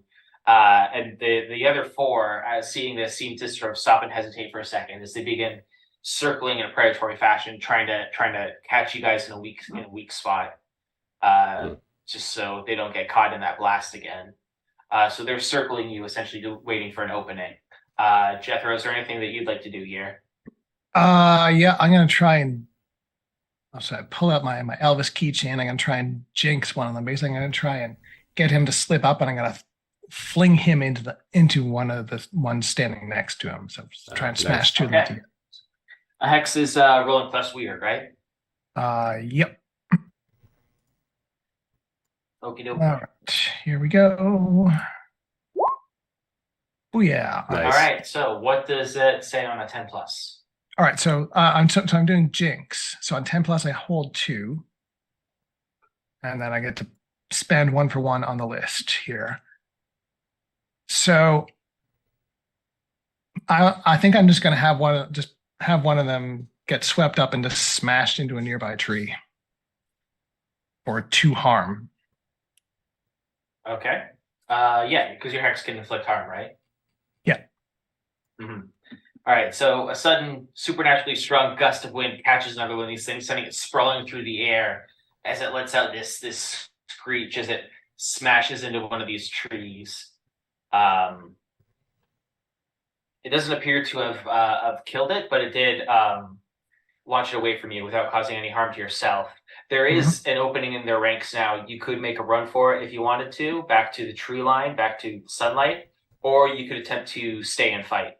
It's your choice. I'm happy to start running. I will grab my brother on the way and say, it is time for us to leave. Yep, you read my mind. Okay, Jethro. Since you're the one taking the lead here, I'll have you make the roll for this. But I'm going to get you to roll to act under pressure, which is plus cool. All right.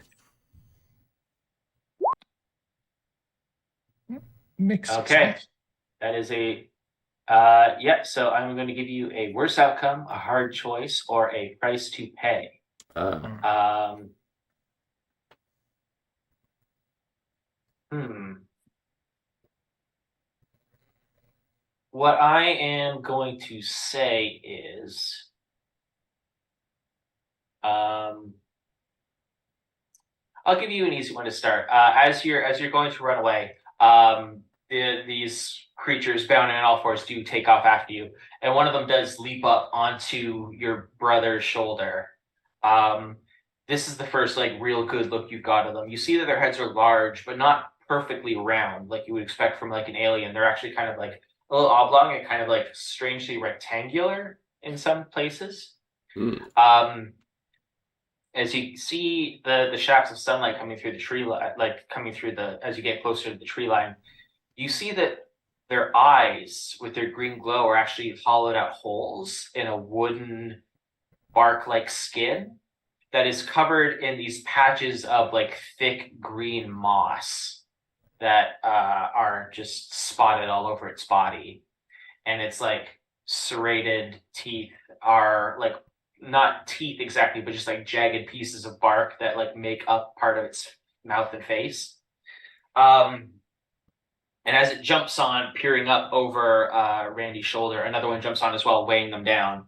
And so Randy is pulled from your grasp and sort of pinned face down to the ground in the underbrush. Um, you can knock them off, but you are going to risk taking some harm as well in order to do so. Yeah. All right, little brother. Don't you worry, I got you. I'll just lay boots on him. All right, as you boot the nearest one in the face, getting it off of Randy, it does lash out with its claws and slash itself along your calf, tearing your already quite distressed jeans even further as you feel sting as blood begins to trickle down your leg. You also take two harm. Oof. But after that, you successfully manage to pull Randy up, and the two of you do run to the tree line to safety. And as you do, you see these creatures running after you all sort of stop at the edge of the tree line, their glowing green eyes peering at you.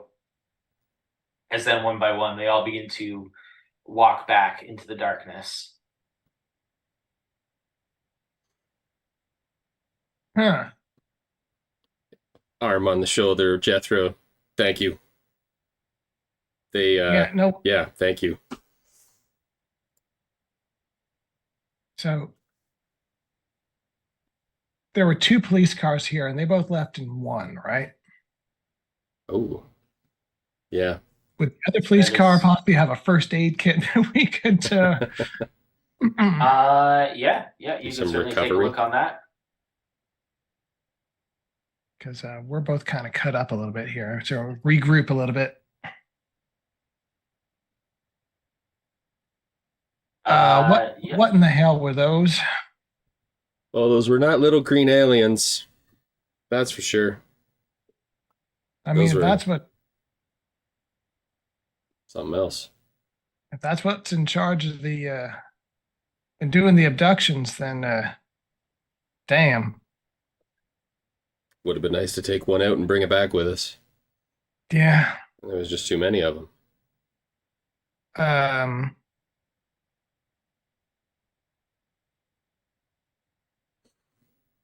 but see, here's the thing I'm missing. There's no bloody messes of corpses or nothing. There's no sign unless they do a damn fine job of cleaning up the woods afterwards. Like we are leaving a trail of blood behind us right now. Mm-hmm. Can you imagine the kind of god awful mess those things would leave behind if they actually got someone pinned down and, well, butchered them? Especially two people. Yeah. There's no way even local cops like this would miss something like that. Unless they're not Unless, killing them. or they're too scared to go in the woods and look. Maybe. Maybe they're smarter than than I give them credit for.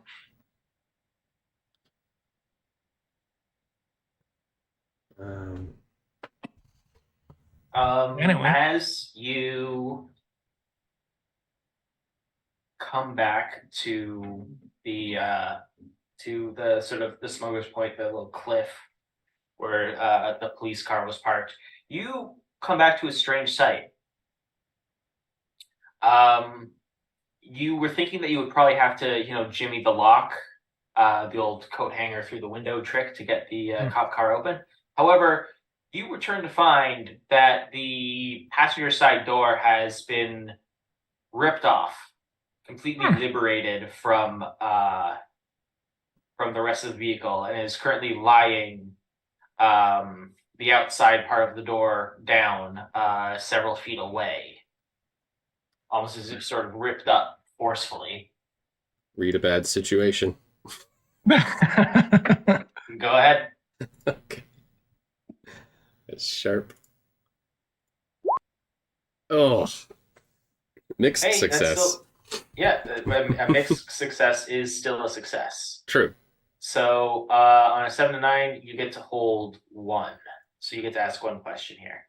All right. So seeing this, I think maybe the best question would be, are there any dangers we haven't noticed? Before I answer that, do you hear an alarm going off on my end? No? Okay. Oh, when you to... speak, yes, there's like something, but it's not like blaringly loud or anything. Okay, I apologize for that. My building routinely gets a lot of false fire alarms, so I'm just going to try to power through that. Okay, well, let us know if it's suddenly not false. You're on your laptop, right? You'll be good. Just run. Well, down the stairs. I'll wait for the fire department to arrive from the parking lot as I continue the game from outside. So I'm sorry, what was your question? Are there any dangers we haven't noticed? What I'm trying to gain insight from is we see the door being ripped off. Is there a monster that ripped it off that we don't notice yet? The coast appears to be clear. However, as you look up, you do briefly see a dark shape flying through the air, seemingly away from your current position, away sort of in the direction of where Smuggler's Cliff is pointed, as it ducks back down into the trees of the valley below and down through the tree cover out of sight. Randy, do we have a guardian Mothman looking over us, or what's going on here? I don't know about a guardian Mothman, but I would say Mothman. Yeah. I don't know many men that can fly like that. I mean, I'll take a quick look at how the door was ripped off. I'm assuming it's going to have similar claw marks to what we saw in the RV. You, with a little bit of effort and with a kind of a spurt of pain from the fortunately not too deep wound on your leg. You flip over the door, and you do see that those deep gouges are there. And it almost looks as though something dug its claws into the door and then just like ripped it off like so. And then just kind of flung it away uh, carelessly. You see that the glass of the window is shattered from the impact of where it was dropped.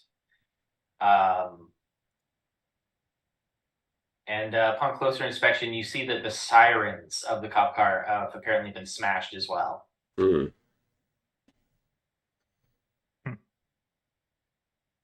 Well, why don't we find that first aid kit and then hotwire this thing? Get out of here. Yep. Yeah, I agree. We'll grab the. Sorry, go ahead. I'm just wondering, do we have like a much like the towns themselves, do we have some sort of rivalry or predator-prey relationship going on between these two critters? Oh, that's not a bad idea.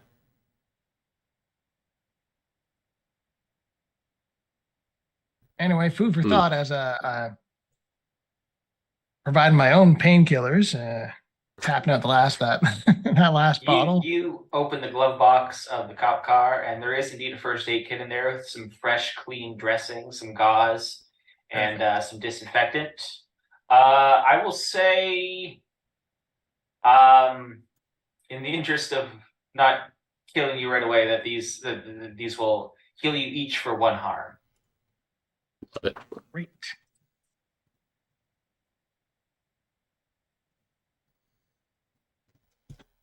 Much better. What's your next move from there? Sorry, one second. I'm gonna have to mute for a second. So, do we chase after the Mothman? Do we? I don't know. What is our next move?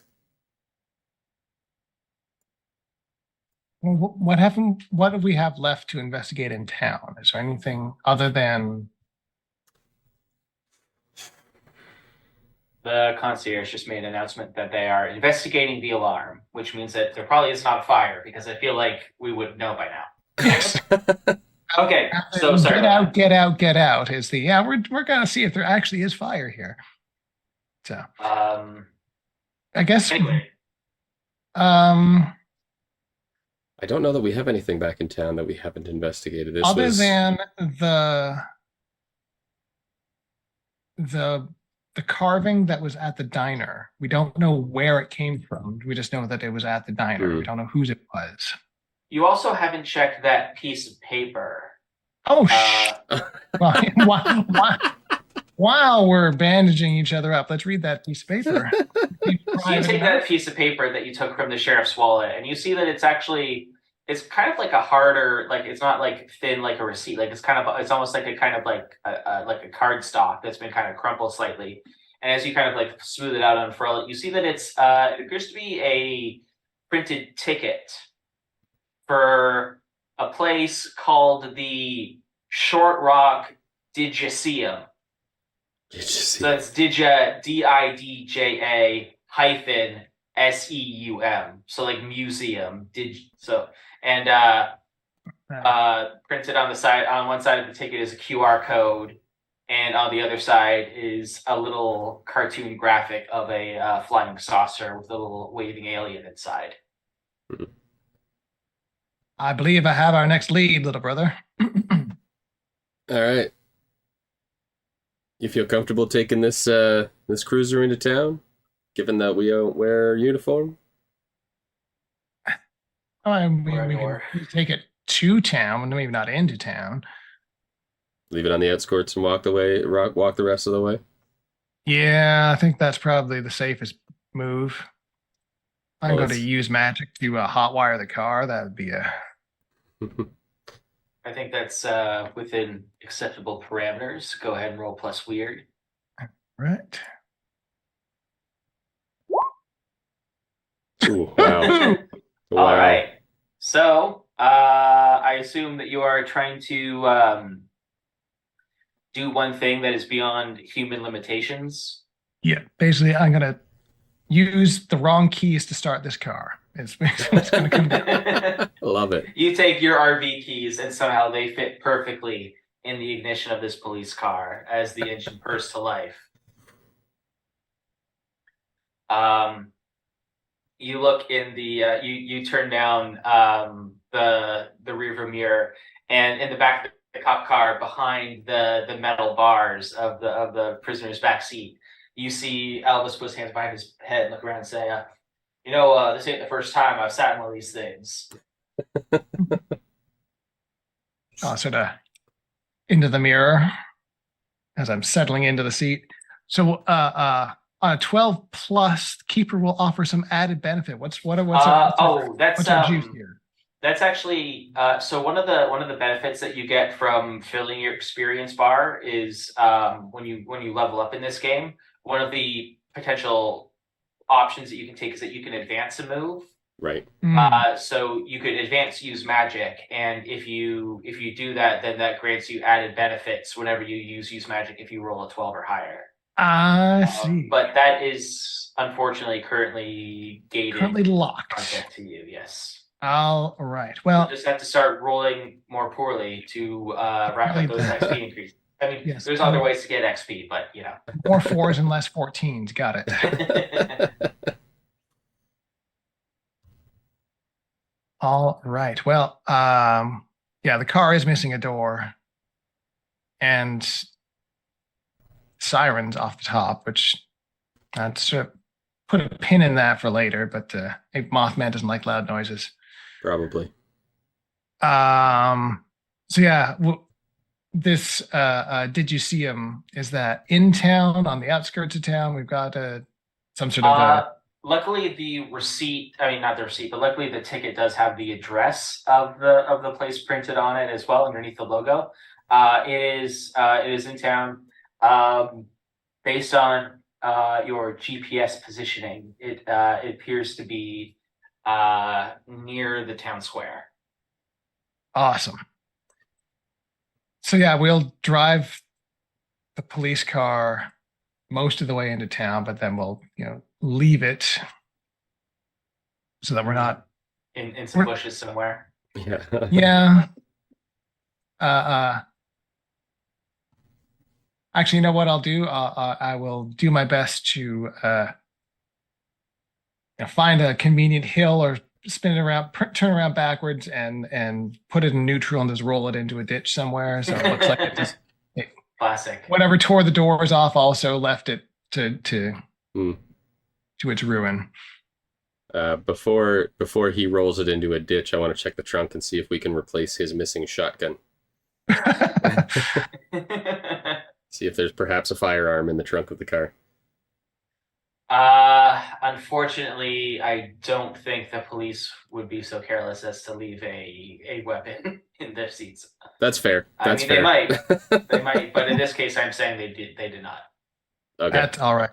We've been doing okay with magic so far. That's true. That's true. All right, so we will. All right, so we'll fit to the did you see him?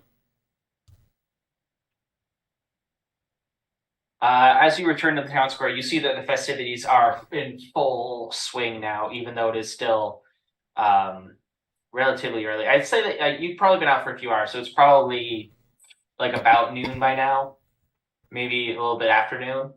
But you see it's a massive throng of people. You're kind of... 1 second.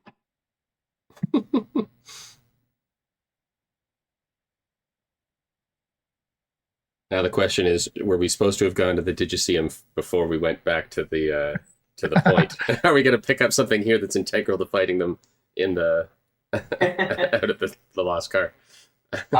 As the there's this massive throng of people. Oh my god.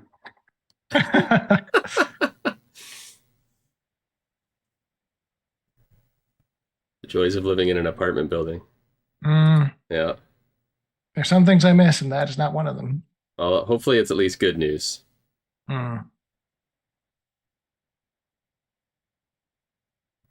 didn't hear that. It was a false alarm. Oh, okay, good. Surprise, surprise, surprise. Good news then. Good news. So you find yourselves elbow to elbow with tourists and Star Trek cosplayers, people in like green alien masks and all these things pushing through. And from somewhere up ahead, from that stage being set up you saw earlier, you managed to crane your neck and you see in the vast distance of this crowd, you see an older man, seemingly maybe mid to late 40s, kind of a little bit rotund, sort of a heavier set man. His gray hair kind of combed over a balding head and sort of a bushy mustache, and he seems to be looking down at like some prepared notes at his podium, and he's like, I'd like to thank you one and all for coming and joining us today on our 60th annual UFO Fest.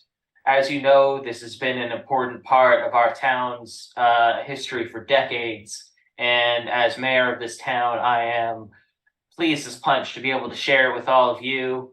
And he's just kind of going on as you kind of like make your way towards the address of the Digiceum.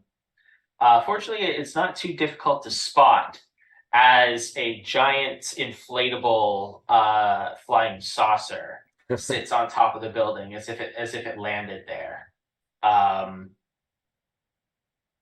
with large painted lettering, it says the Short Rock Digiceum painted up top there as well. Does it appear open? Like, are people going in and out of it, or is it closed for the event? It appears open, but there does not appear to be a massive throng of people around it. It seems as though this is not one of the more popular stops on the tourist circuit. Is there anything on the piece of paper that would indicate where we're supposed to go in the Digiceum? Any notes or markings or? No, but I mean the fact that it's a ticket. It's an admit one, if nothing else. Yeah. That means I'm gonna have to fork out more cash to get a second ticket.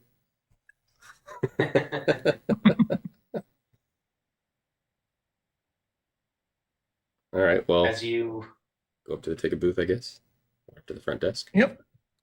Yeah. As you sort of walk inside, there's another bell chime as you open the door. There is a desk off to one side where you see a man sitting about early 40s. He's got his hair tied back in a ponytail, and he seems to be wearing this sort of open blazer with there's like a picture of a cow on the front of a shirt, sort of like levitating in the air as if it's being like pulled up by a UFO tractor beam. And as he sees you, he looks up and says, "Oh, customers!" As he shuffles out from where he's sitting, you see that he's wearing cargo shorts, camo print, socks and sandals, and a large fanny pack hanging from his hip. All right. Oh, finally. I was starting to worry that we weren't going to see any action today. Sonny Strauss, pleased to meet your acquaintance. Good to meet you, Sonny. Sonny was the one who's been poking around the UFO lady. Yes, that is correct. Oh. All right. I remembered something eventually. All right. And I appreciate it. Sonny, heard all about your podcast. That's I see my reputation precedes me. I should have known that my first customers of the day would be fellow listeners. I hope that you, of course, rated me 5 stars on your podcast listening avenue of choice. You have the highest Zune rating I ever have seen. Let me tell you. My man.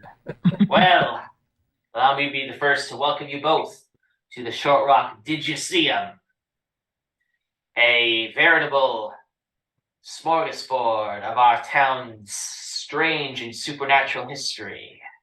As I've said, I am Sonny Strauss, your purveyor of the peculiar, and I will be giving you a guided tour through the rich and strange and unsettling history behind this quaint little town of Short Rock. It's right up our alley. Just what we're looking for. I will need to check your tickets, of course. Produce the ticket. Oh, did He looks over it. I mean no offense, gentlemen, but I am trying to run a business here. Randy will pull out his wallet. And what would a second ticket cost us? Well, adults are usually 15.50, but seeing as today is the UFO Fest, I'll bump it down to 12. $12. Thumb through his wallet and pull out $12. Hand Pleasure it doing to business with Sonny. you. Yeah. Pleasure's Now, all this ours. way. Now, on to my Museum of the Macabre, my Expo of the Extraterrestrial. He leads you into the next room as you see that this is sort of like a guided path through. Seems to be a wax museum.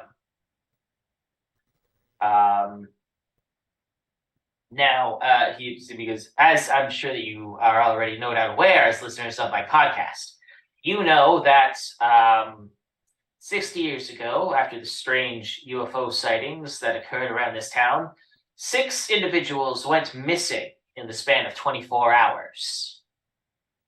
There are a lot of conspiracies as to what happened, but it is undoubtedly clear that these 2 events were no doubt correlated.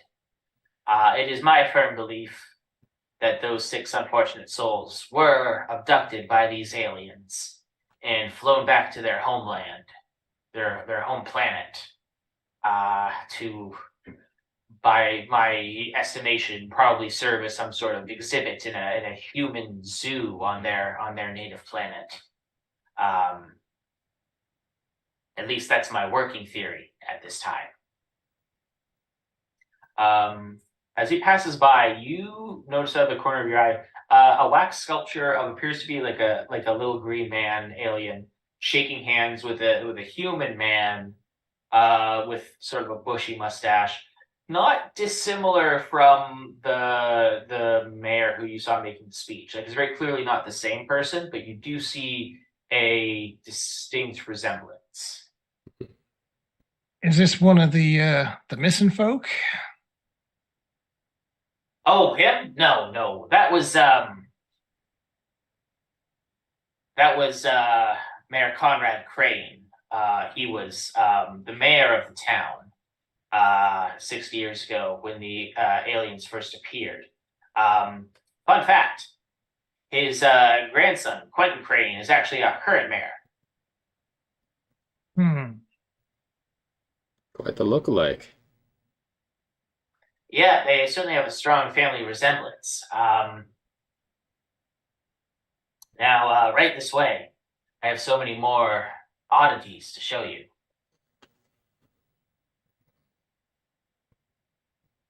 As he continues walking, you see another image. This seems to be of like a farmer or some sort of like man in sort of overalls and like a straw hat, and he's holding a shovel over his head. And there's like a painted mural beside him of like a dark forest with green eyes peering out at him. Now, based on accounts that I have collected from newspaper clippings and things at the time, it seems as though the aliens were repelled or they're very least scared off from people that they approached if they were brandishing either fire or weapons made of iron. My working theory at this time is that the aliens come from a planet with a much lower temperature. And as a result, the heat of the fire is something that confuses and scares them. As for the iron, I'm not quite sure what the properties of this specific metal have to do with upsetting the aliens, but it is a possibility that the metal is not native to their planet, and as a result, it disrupts the magnetic frequencies of their UFO equipment. Hmm. Could be something as simple as an allergy. Hmm. It could be. It's just like War of the Worlds, which, as you know, is a documentary. But of course, I knew it. being consumer of your podcast, I'm well versed in your theory on that one. Um, as you come to sort of the last part of the wax museum, he's like, and here is well, this is sort of my way of sort of providing lip service to a lot of the other popular bits of folklore um, around West Virginia and the United States as a whole. And you see there's a wax statue of Bigfoot in this famous mid stride from the famous video. You see a 10-foot tall creature with spindly limbs and a large wide head labeled as the Flatwoods Monster of West Virginia. And of course, there is also a wax sculpture of the Mothman, which bears a striking resemblance to the drawing given to you by Dylan at the diner. It's not related to the story, but I just thought that it might draw in a few extra customers if I kind of spread a wider net. I'll pull out the drawing. Was young Dylan one of your frequent flyers here? This is an uncanny resemblance. Dylan Nguyen, I assume? One and the same. I don't know much about him personally, but I do know that his mother works at the town archives. I tend to conduct a lot of research there. Neither of them have ever been to my establishment, however. I mean, that's a pretty darn good representation of your Mothman there. How would he know what this thing looked like if he's never been here? Well, I mean, most of the stories are fairly similar. They always depict a tall figure with large red eyes and a pair of large wings, sometimes with feathers, sometimes without. Of course, I personally don't think that the Mothman is real, not like the aliens. Now, it's probably just a sand crane or some other large bird that people mistook for something supernatural. That's the real mark of a paranormal investigator like myself. You have to be able to separate the fact from the fiction. Of course, of course. Yeah, Oh, absolutely. And space aliens coming down to populate their extraterrestrial zoo is definitely the fact. mm. See, this guy gets it. Now that we've reached the end of our tour, and before we reach the gift shop, I will open myself up if you happen to have any questions. What kind of experience do you have yourself with these little green alien men? Unfortunately, none myself. Although I do quite a good amount of research. I've always thought that perhaps someday they will return. That's why I keep a police radio scanner in my office so I can listen in case there are any more unusual sightings. So you must be well abreast of the situation up at Smuggler's Point then. Oh yes, and not just Smuggler's Point. The radio's been going off the hook all day. We've apparently had two more disappearances since last night. One, a man who was reportedly fly fishing down by the creek, apparently did not come back home after, and they found signs of a struggle by the side of the creek as well as a young woman in her 20s who was visiting from outside of town and apparently went missing on one of the hiking trails, Mm. which brings the current disappearances up to 4 so far. Not quite the 6 disappearances from the original abductions, but I think that I am starting to put the pieces together that there might be some sort of correlation. Mm. All right, in for a penny, in for a pound there, Junior. And I'm going to pull out one of the carvings. And Mm. what do you make of this? Oh, remarkable craftsmanship. You You got a patent on these? Not yet. I take it this Would you is be a interested in entering a business partnership of sorts? I could probably move these puppies really easily at the gift shop. It's my most popular attraction. well, that was yeah, part of our reason for coming here was I'll take it back from him as a sort now maybe a consignment arrangement or something.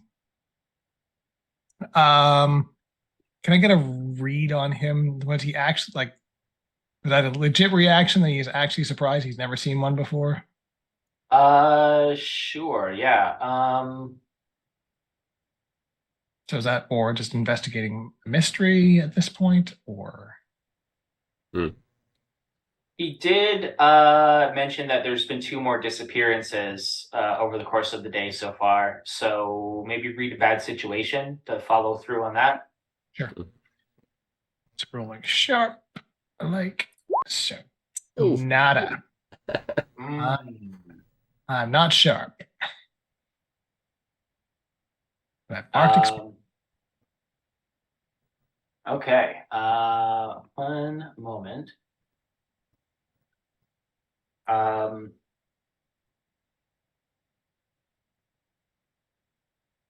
as he as you look at you, he suddenly looks over your shoulders. There's a knock at the door. He's like, "Oh, more customers? Oh man, I've already hit my record with two today. This is gonna be my lucky day."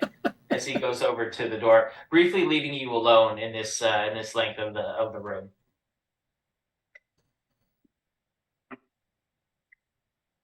Well, we got Mothman, Bigfoot. Anything else? Uh,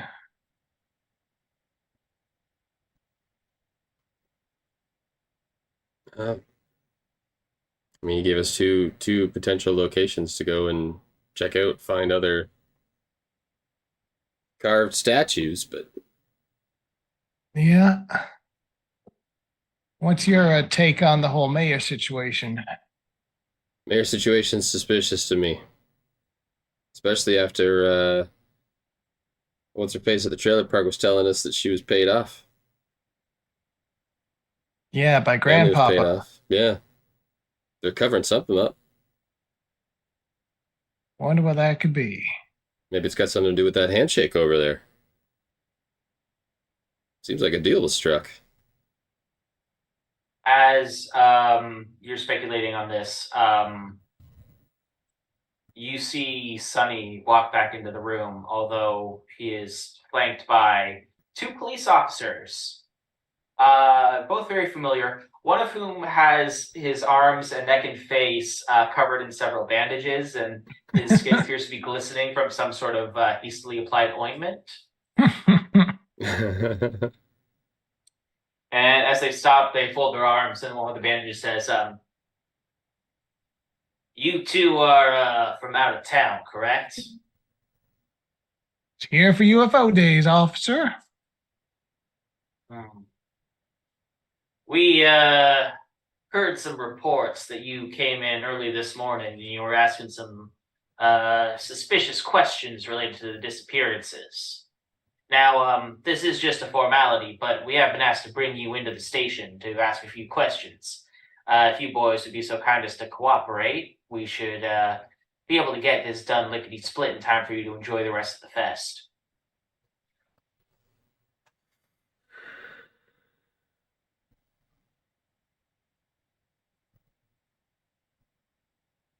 Hmm. All right, I'm just contemplating because now I'm realizing that the sheriff had this ticket. Why did the sheriff have the ticket? Why was the sheriff intending to come here? Hmm. Or did he get the ticket off of someone? Why did they have it? Yeah. All right. Hmm. Um, boy, I really don't want to go with these cops. Well, part of me is like, well, but maybe because this will maybe take us back to the sheriff that we Back were to this. talking to that had the ticket to begin with. Yeah, no, that's kind of where I'm at. So maybe we I do want to go with them. I mean, I'm sure. Absolutely. We've got nothing to we are here to oblige. We got nothing to hide. Obviously, we'll come in and answer whatever questions you may have for us. I we appreciate your cooperation. I realize I've been really mixing the Appalachian with the Southern accent this whole time. Oh, Uh, West yeah. Virginia listeners, do not be too mad at me for that, please. I am but a humble Canadian who is Yeah. unfamiliar with your Oh, yeah. dialect. I've been browsing throughout the Southwest. It's fine. It's all fine. Or Southeast. You never stated the Skunk Brothers state of origin, so It's true. We moved around town to town. That's well, we appreciate your cooperation. Now, if you'd be so kind, we're currently parked in the back. all right. After you. These two cops lead you out um to their car. And as they do, he opens up the back seat for you to climb in.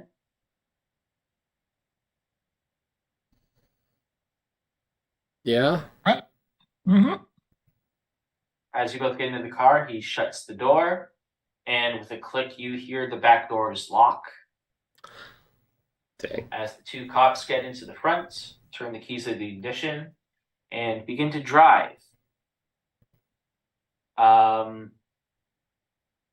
It is a little bit of difficulty at first as they have to kind of get through the crowds of people partying in the streets, celebrating UFO Fest, visiting the various booths. But after a while, they manage to clear out of that main thoroughfare onto an emptier street. You do see a large gray building, which appears to be the police station, as the two cops approach. And then the four of you drive right past it, continuing out towards the outskirts of town. In the direction of where the trailer park is located. Although you get the impression that you probably won't be stopping there either. Uh-huh. I think Randy will lean forward and tap on either the glass or the grated wall that is, I'm assuming, blocking us from the front. Mm-hmm. Hey, officer, I can't help but notice that we've driven right past your station. You be quiet back there.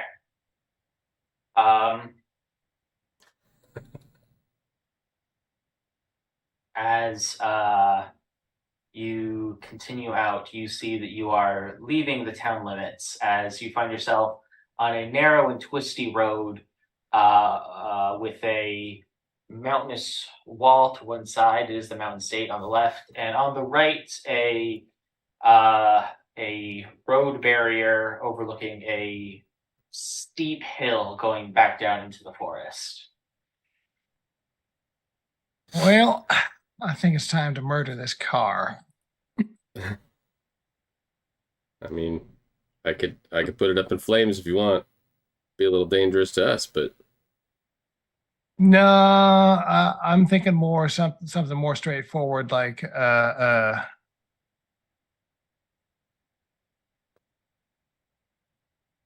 engine trouble. yeah. Just remove all the rubber from inside the engine. That'll get all the hoses and lines. Just All of us. I'm going to try and use some magic to Okay, so using mess up, magic for the purpose of disabling the engine of the car. yeah. I would say that is, I mean, one thing beyond human limitations. Go ahead and roll plus weird. All right. Come on, Elvis, don't fail me now. Mixed success. Hey. So using magic, that means it works perfectly. So choose your effect and also a glitch.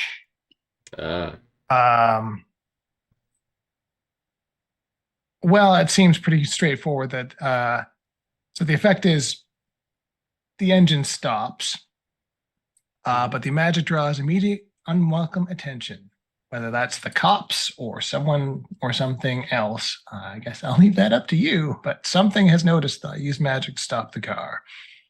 All right. As the car rolls to a puttering stop in the middle of this road, overlooking this steep hill, the cop in the driver's seat turns the key to the sound of the puttering engine, and then slams the dash in frustration. All right, I'll get out and take a look. You two better not go anywhere. As he opens up the door and shuts it behind him. The other as he's saying this, the other cop turns over and looks at the two of you, staring daggers, and says, this could have gone so much easier if you boys hadn't gone poking your nose in where it doesn't belong. As he's saying this, you see something through the rearview mirror of the car. As you see the cop get out and kind of like do a circle around the perimeter to see like what the issue is before popping the hood.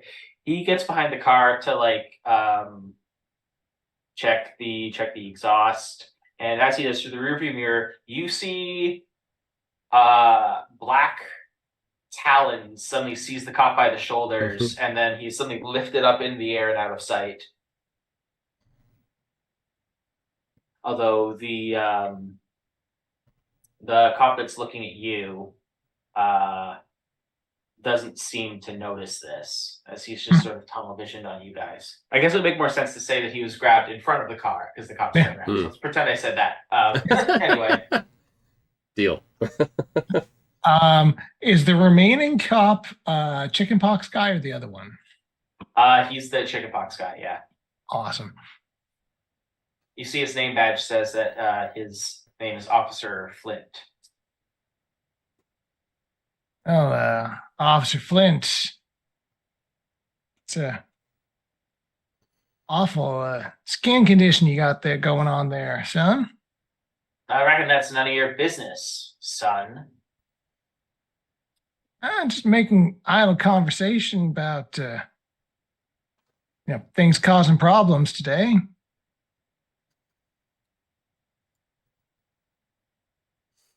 I'm not sure if I quite appreciate your tone. Only there was a way for you to change my tone for me. That is unfortunate for you, isn't it? He begins to reach to his belt for his gun, and right before he gets the chance, there's suddenly a lurch as you hear an unholy screech from outside as suddenly the entire car is flipped over as you find yourselves rolling down over the road protection bar. You flip over that, and you find yourselves rolling down the hill. That's exactly what I was trying to avoid. Well, that's awesome. I will offer to protect someone. I have the shield spell. So I would like to try to protect Jethro here, which, if successful, will give me +2 armor against any harm that is transferred to me. Okay. So you can go ahead and roll to protect someone then. Alrighty, so this is plus tough. Roll plus tough. So. Oh. Ooh. Experience. You instinctively go to protect your brother, diving over him, trying to shield his body with yours as you begin rolling down this hill. As you do, you suddenly you hear a loud metallic crunch, and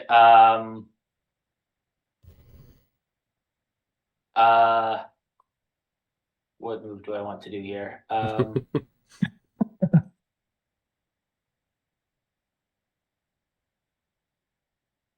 I will say this.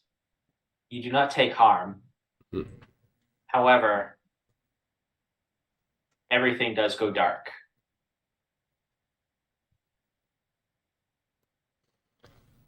Jethro, you are the first to awaken. All right. Hanging upside down in the car, that sensation of blood rushing to your head. Oh, Thankfully, you don't appear to be concussed. It seems as though you almost blacked out through magical means, as opposed to having an actual physical knock to the head. Um, from where you are hanging upside down, you see that the cop that was in the car in front of you, and your sort of upside down vision, you see he was much less fortunate. You see he undid his seatbelt to turn around and talk to you threateningly. And as a result, you see his body slumped on the floor, which is actually the roof of the car, his body motionless. well, at least we didn't. Beside you is your brother, Mhm. Randy, also suspended by his seatbelt, hanging upside down like a bat, although he appears to be unharmed as well. That's good. At least we didn't get Pulp Fiction in the process, so that was good. That would be bad. Thankfully, the one thing I do have on me still is my big knife. So I'm going to start cutting seatbelts. Okay. I don't think that's going to require any sort of roll. You just slice through and put up your hands. You can stop yourself.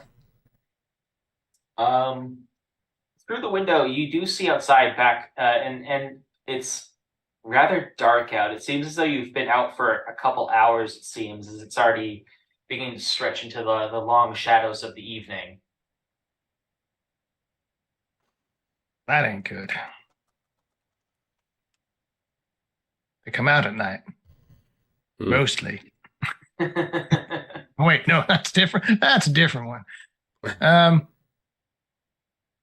But yeah, we gotta get the hell out of here. I'm gonna try and get Randy awake. Hey, little brother, are you As with me you're trying to still? wake up, Randy, you hear a crunch of dried leaves underfoot. As you turn back around in the direction of the window on your side, as a pair of shoes come into view. A pair of blue suede shoes. Oh, thank goodness. King, Amazing. help us. What have we gotten ourselves into now? You started to put the pieces together yet, boss? There's a lot of pieces in this here puzzle. I'm not entirely sure what's going on, but the mayor and his family have been up to shenanigans for generations by the sounds of things. Yeah, you're starting to get it, although not quite all of it yet. And I figure these here flunkies were gonna be delivering us to something bad. Not quite sure what. Getting warmer. And Mothman saved us again. Uh-huh. Seems he's playing for the good guy side. I ain't got no problem with the Mothman, that's for sure. Now I know that you just took a bit of a knock to the head there, but here's a quick math problem for you. How many people went missing the last time the little green men were spotted in the woods? That'd be about 6, as I recall. And how many disappearances have we seen so far? That'd be about 4. So it's not quite adding up just yet. Seems as though the Martians have some unfinished business in this town, which means you might still be able to save them all. We got 2 more to find, but we don't know where they seem to strike at random. That's Is it random? Seems to me as though clues have been in your face all this time. All this time. I'm still working on my Elvis. I would make a terrible Elvis impersonator. Well, I guess that's the question. Are the tokens the bait or are they the calling card?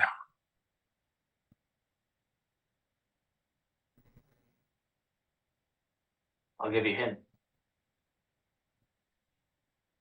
Nobody's gone missing at the diner yet.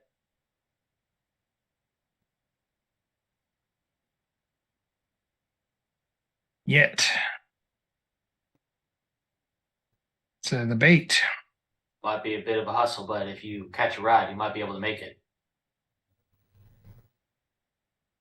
All right. I will extract ourselves from this vehicle and flag down the nearest Mothman and see if we can make it back to town. That's what I like to hear. All right, you go and fight with everything you got left in you, kid. And remember, when you make it up to those fiery gates of Valhalla, and those Valkyries open the door to grant you into the eternal halls, you tell them the king sent you. Huh! And he steps out of frame, out of your sight, past the window. At this point, Randy does wake up, and you manage to get him free of his seatbelt as well. Perfect. All right, I'm going to take a couple more pills. Not quite sure whose prescription these are now. I'm going to feed a couple to Randy, just make sure he's While he's upside down. here. These will help you wake up or cool down. Not quite sure, but we got to go. I don't know where, but I'm agreeing with you. We gotta go. Well, here's the thing. The king says that the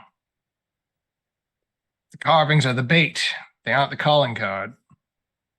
And we seen one that ain't been chewed up yet. We're headed back to the diner where it all began. Candace and Lottie. All right, let's go.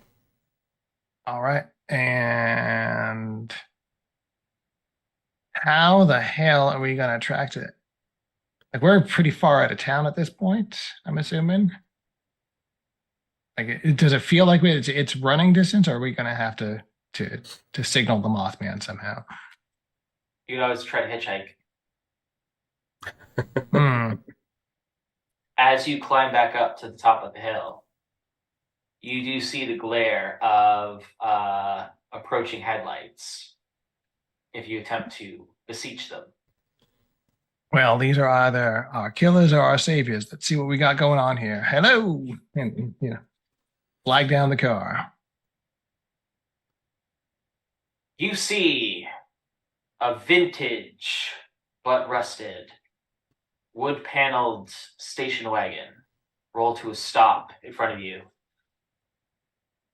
Before you see who's behind the wheel, you notice in the back seat where several weapons have been laid across. You see a double-barrel pump-action shotgun, what appear to be like an iron crowbar, some pokers, and various other weapons, as well as a very familiar-looking hunting rifle. The window rolls down, and the wizened face of an older woman, possibly mid-70s, looks at you with a glaring but appraising eye as Meg Garrett says, "Get in." Timing was impeccable, Meg. Well done. Let's roll, Meg. Mrs. Garrett. As you speed your way down to the Almost Heaven Diner, you see that things already appear to be quite in disarray. You pull into the parking lot and see that the cars there have apparently been overgrown by these constricting vines that seem to have wrapped around them.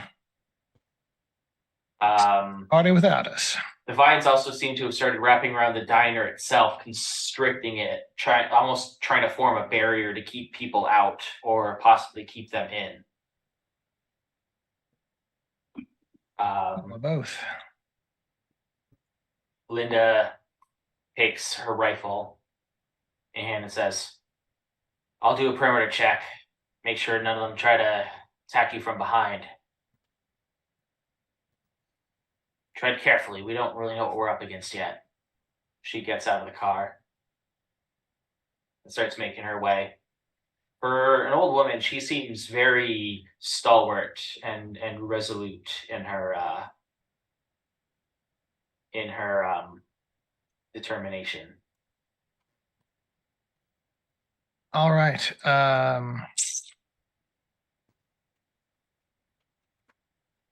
Fire and iron. Those were the things that we learned at the Idgiseum. Well, Randy does carry a ritual dagger, or a ritual knife, which I imagine would be. Well, there's a crowbars in the back seat too. Ooh, That'll probably do the trick. Um, we can possibly magic up some fire if we need it, but we will see. yeah. What do you do? Well, Find a way in, I guess. So crowbars will also help with that, hopefully, to chop or pry our way through the vines. As you get out, would you like to read a bad situation? Oh, I would love oh, to. that's a good call. Sharp plus sharp. Hey, a mixed success. That's All right, so you get to hold one and Hold ask a one. question. What's my best way in? Yep. Best way in at this point is all the doors seem to be covered up by those vines. You could try chopping through them, but that would take some time. There are vines on the windows as well, but seeing as they're made of glass, your best bet might be to try to smash your way through. Hey, good thing I picked up a crowbar. And two hands and smash. As you wind up to swing, you hear the familiar sound of the hammer of a revolver being pulled back. As from behind you, the two of you hear, "You just couldn't leave well enough alone, could you?" Raise my hands, slowly turn around. I'm assuming I see the sheriff. You do not see the sheriff. Oh. You see the mayor, Ah, dressed in that the makes same more outfit sense. from his afternoon address, now pointing a revolver at the two of you. "We had a real good thing going in this town. Promise of peace and prosperity, that we would always have new people coming in, generating revenue for us, infrastructure, economy. And all they asked for in return was every 60 years, they get to choose 6 people and disappear them. That's all that's all they wanted. That's all that she wanted. And for such a minor sacrifice, who was my grandfather to say no? The needs of the many outweigh the needs of the few, wouldn't you agree?" Sounds like if that was the case, your grandpappy should have offered himself up.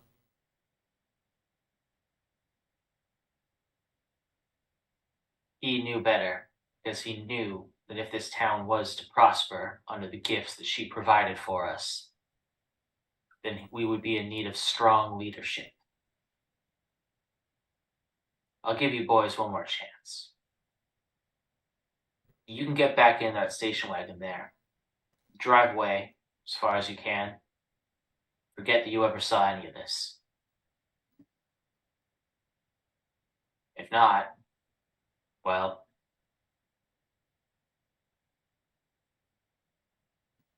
maybe the little green men will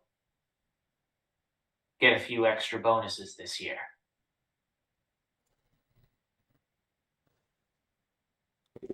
Randy will turn to face Jethro. What's Jethro thinking? Or looking like? I'm thinking, he ain't nothing but a hound dog.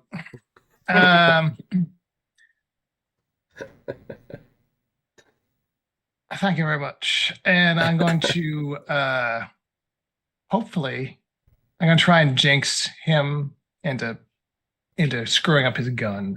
Ah. Okay. That's plus weird.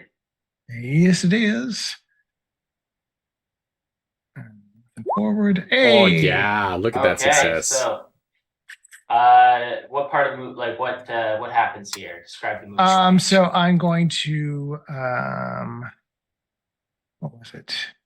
Interfere with what he's trying to do. Okay. So basically, when he goes to pull the trigger, instead he's going to release the clip. It's a revolver, but we'll say that the cylinder jams and Sure. it's just a click. Oh god damn it! Now of all times, Get that him. will provide an opening for you if you want That to. that's when oh god, I don't kick ass very well, but I can just upside the head with the crowbar, I guess. Okay. So the other option is I could throw a spell at him. Yeah, do it. Go. All right. You want to blast So him? I was actually gonna throw him. How far away is he? Is he About close or far? he's probably about 20 to 30 feet away. So that would be Because my blast is close, my missile is far.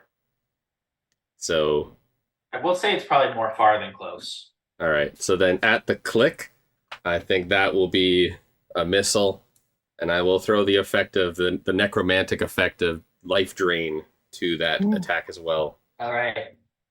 Roll plus weird to kick some ass. Ah, That's I know that's it's still still a success. It's true. It's true. How much harm does your missile deal? So it's one harm, and it is still obvious and loud, and then it also adds the effect of life drain. So life drain actually heals your harm by the amount that you inflict. He is going to Nice. inflict harm on you as well, Mhm. but he's not a very good shot. As the missile hits you, his gun does go off and it does graze your arm. But by the life drain, that's basically zero sum for you.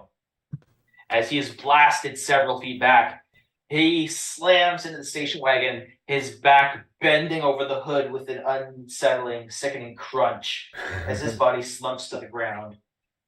His breathing shallow, his eyes glazed, but for the moment he does still appear to be alive, although no longer in any condition to fight you. All right, that's one down.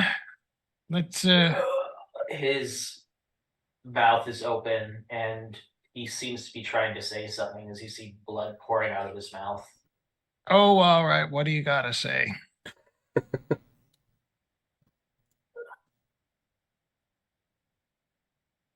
My grandfather told me things work differently in her world. Time doesn't pass. It was her gift to them. They get to live forever. No.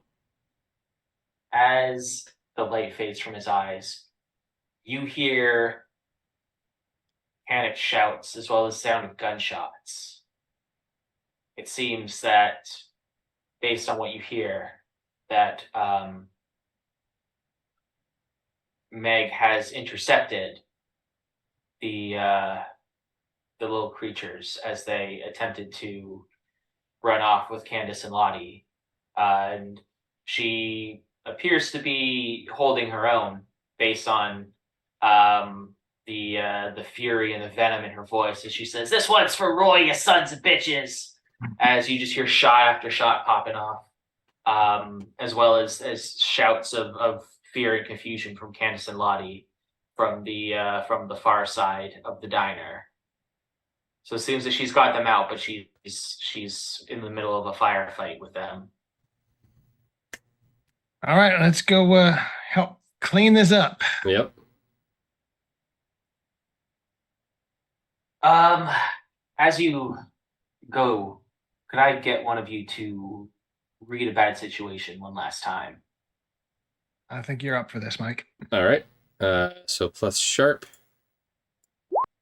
12 Hey. success. Yep. So you get to hold 3. Oof. So let's go with what's the biggest threat? The biggest threat you see is as you start making your way around to the diner to help Meg fight off the small creatures you fought earlier. You suddenly give pause as something steps out from behind the diner. Something that was obscured by the shadows, but now that it's moving, you see that it is easily tall enough that the top of its head almost pokes out over the top of the diner as it drags a clawed hand across the ground. You see a massive figure, easily 15 feet tall, a hunched posture, long, mossy hair hanging all the way down to its waist as its clawed feet lurch forward towards you. And from somewhere in the mossy depths hanging over its face, you see just a pair of green eyes staring at you. Mm. You get the impression that this is the her that Mayor Quentin was referring to. Okay. And it has seen you, and it is approaching you now. So that would be the biggest threat. Okay. Second question, what's the best way to protect the victims? Best way to protect the victims would be to somehow get past her, get around her, in order to try and provide Meg with backup. Okay. And then So you might need some sort of distraction there. Last one. I'll go with, based on that answer, I'll say my last question is, what's my best way in? If you went through the diner, that might help you prevent a head-on confrontation with her, as she'd be too big to pursue you.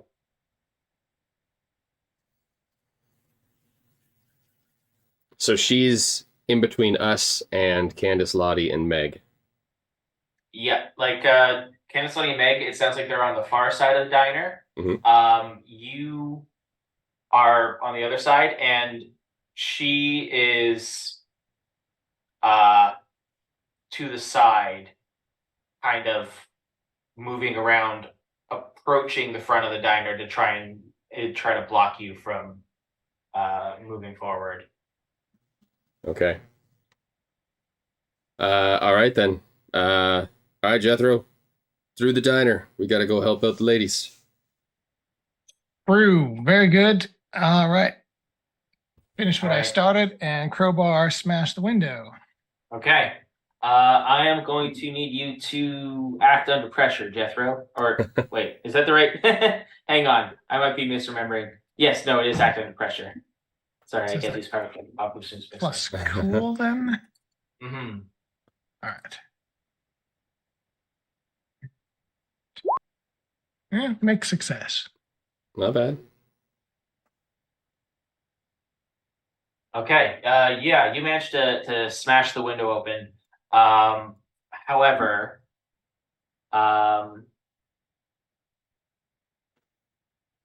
you do hear the sound of those little creatures, the strange like leaf rustling sound of their voices from before. It sounds like a contingency of them have broken off from the group that's engaged with Meg, and they are circling. It does sound like they're circling around towards your position, so it's possible that they might be following you into the diner. So you might have to outpace them to get to the backside. All right. We're gonna have company in a moment. Let's pick up the pace a little bit here. Yep. Roger that. All right. As you jump in, you just hear a low rumble from the massive creature as it holds out a hand to stop you. As you're running through, you see the floor tiles, the tiles of the diner begin to stick up and break and fly everywhere as these massive tree roots begin to shoot out of the ground, trying to impede your progress, trying to snatch you around the ankles as you're running through this place. I'll be like swinging at them with the hopefully wrought iron crowbar. Okay. Are you rolling to kick some ass to try and like actually do some harm here, or are you just trying to act under pressure to get out of here? Trying to keep the path clear, not actually trying to inflict harm per se.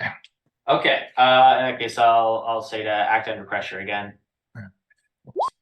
No, I am not. Okay. As you are trying to hack your way through here with the crowbar, you do unfortunately trip and fall to the ground as one of these roots does snare around your leg. You take 0 harm Hmm. as you fall to the ground. However, you are restrained and will need to either act under pressure or get assistance from Randy in order to get free before the little imps arrive. Well, I think Randy will notice that and jump right over to help. Okay. Do you want to act under pressure to try and free him? Sure. All right. Okay. Yeah, that makes sense. Because helping out is for some is to help him out with the role. So yeah, act under pressure makes sense. So cool. Mixed success. That is better. I'm gonna offer you a tough choice. Okay. Uh, you can get Jethro free, but in doing so, you will lose your dagger. Hmm. That's my choice. Yes. All right. Well. Hmm.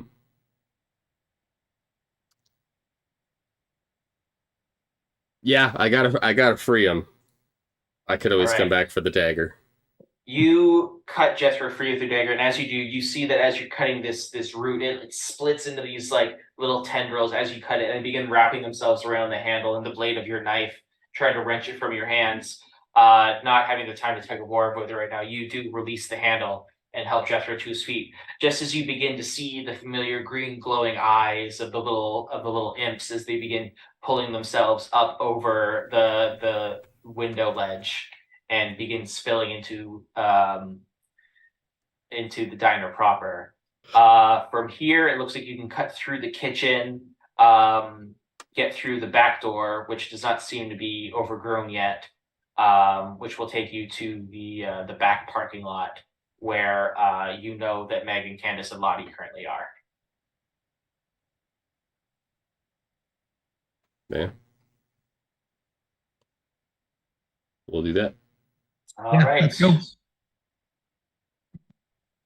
go. Um, Yeah. one of you can help out if you want, but I will need one of you to act under pressure one more time. Uh, why don't I help out Jethro? Because Jethro's got the crowbar.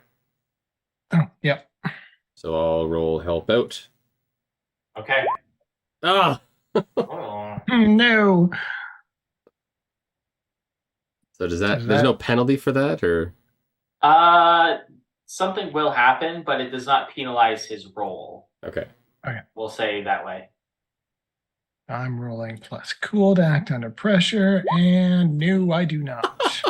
On the Ooh, upside, well, I've almost filled my experience track, so both of you mark experience. Yep, I'm up to 4. I've got 2. Um, Randy, this time you take 1 harm as you feel something slam into your ribs, slamming you into the thankfully turned off grill of the kitchen Oof. as one of these little imp-like creatures has managed to scramble across the floor and hit you with a flying tackle, Hmm. briefly pinning you against the grill. Um,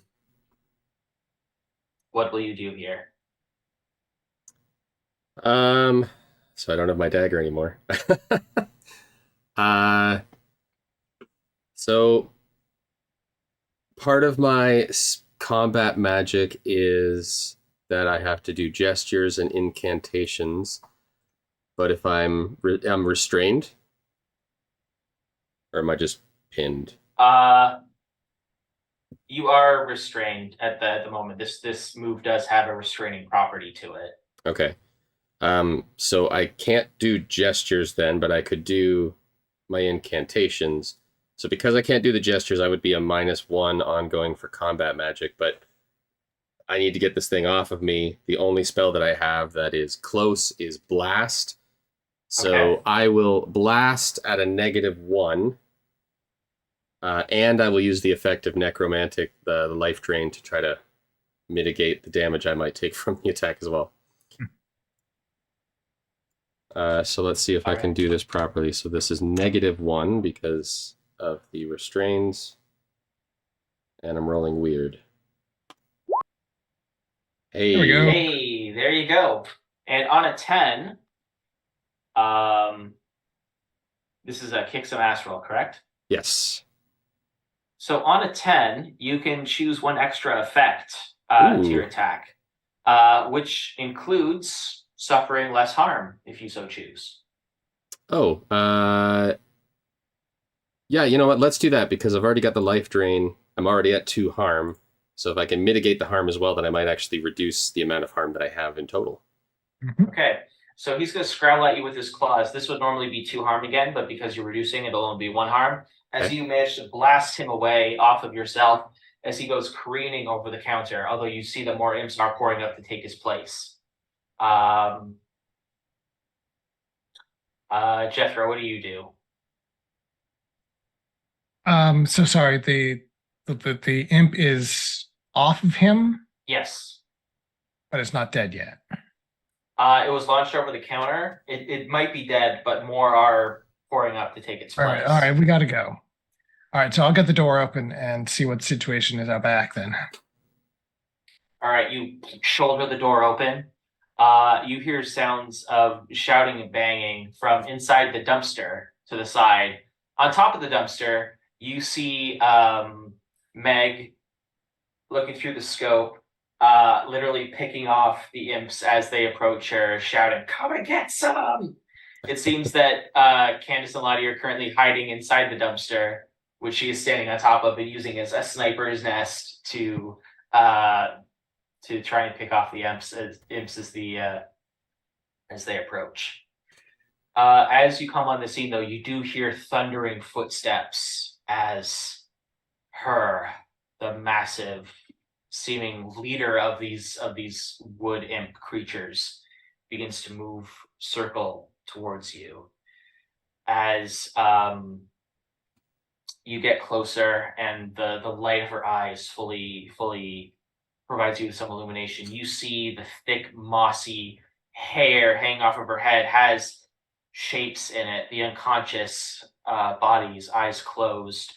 You recognize 2 people caught up in these like mossy cocoons, literally hanging, trapped inside the hair of this creature's head, as the 2 people from the missing posters, as well as 2 others that you don't recognize. The one with the fly fishing hat on and And hip waders, yeah. mhm. All right. Here's what I'm gonna do because I still have this freaking crowbar. Mm. I am going to attempt to use magic. Okay. Here's what I want magic to do. I'm going to do something that is beyond human limitation. So I'm going to overhead hammer throw this crowbar to lodge it straight between her eyes All and right. attempt to fill her full of as much iron as I have at hand. Mm. Okay. Go ahead and roll plus weird. All right. Nice.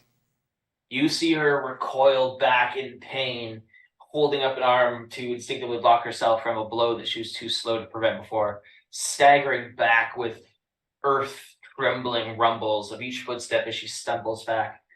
You see her look at you, her green eyes now glowing with an unearthly rage as she raises an arm up to strike you, and then suddenly stops as the ground by her feet suddenly bursts into flames.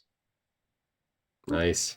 And then with the sound of shattering glass, another column of flame from some sort of Molotov cocktail explodes.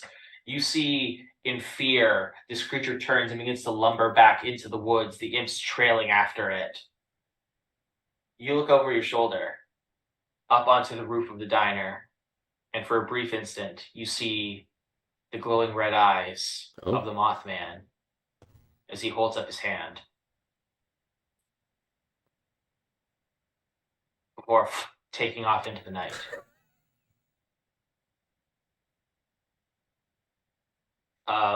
As the creatures retreat, Meg hops back off the dumpster and opens it up where the trembling Candace and Lottie are inside and says, you two all right in there? They nod. Good, good. Listen, I got a station wagon out front. You can hop into that and get some safety. If you got any friends out of town, I'd recommend doing that. I don't think the cops here can be trusted. As she opens it up, Candace and Lottie hop out, and seeing you, they both look and in a weak voice, Lottie says, thank you, as they both begin to run away. Meg, meanwhile, checks the ammo in her gun, looks at you and says, gentlemen. Miss Meg, thank you very much. We Well appreciate done. your assistance in our endeavor. Well, don't talk like that, boys. We're not done here yet. We got to chase that thing down, don't we? She looks back into the woods, through the flickering flames into the forest beyond. Now, the way I gather it, the way they're getting through there is probably through some sort of door. If we follow them back to where they came from, I reckon there's a non-zero chance. She locks eyes with you. I'm gonna go get my brother back. And that is where we will end this one shot tonight. Nice. It ran a little bit late. I apologize for that. We got started a little bit late, yeah. So we're right on time. Yeah.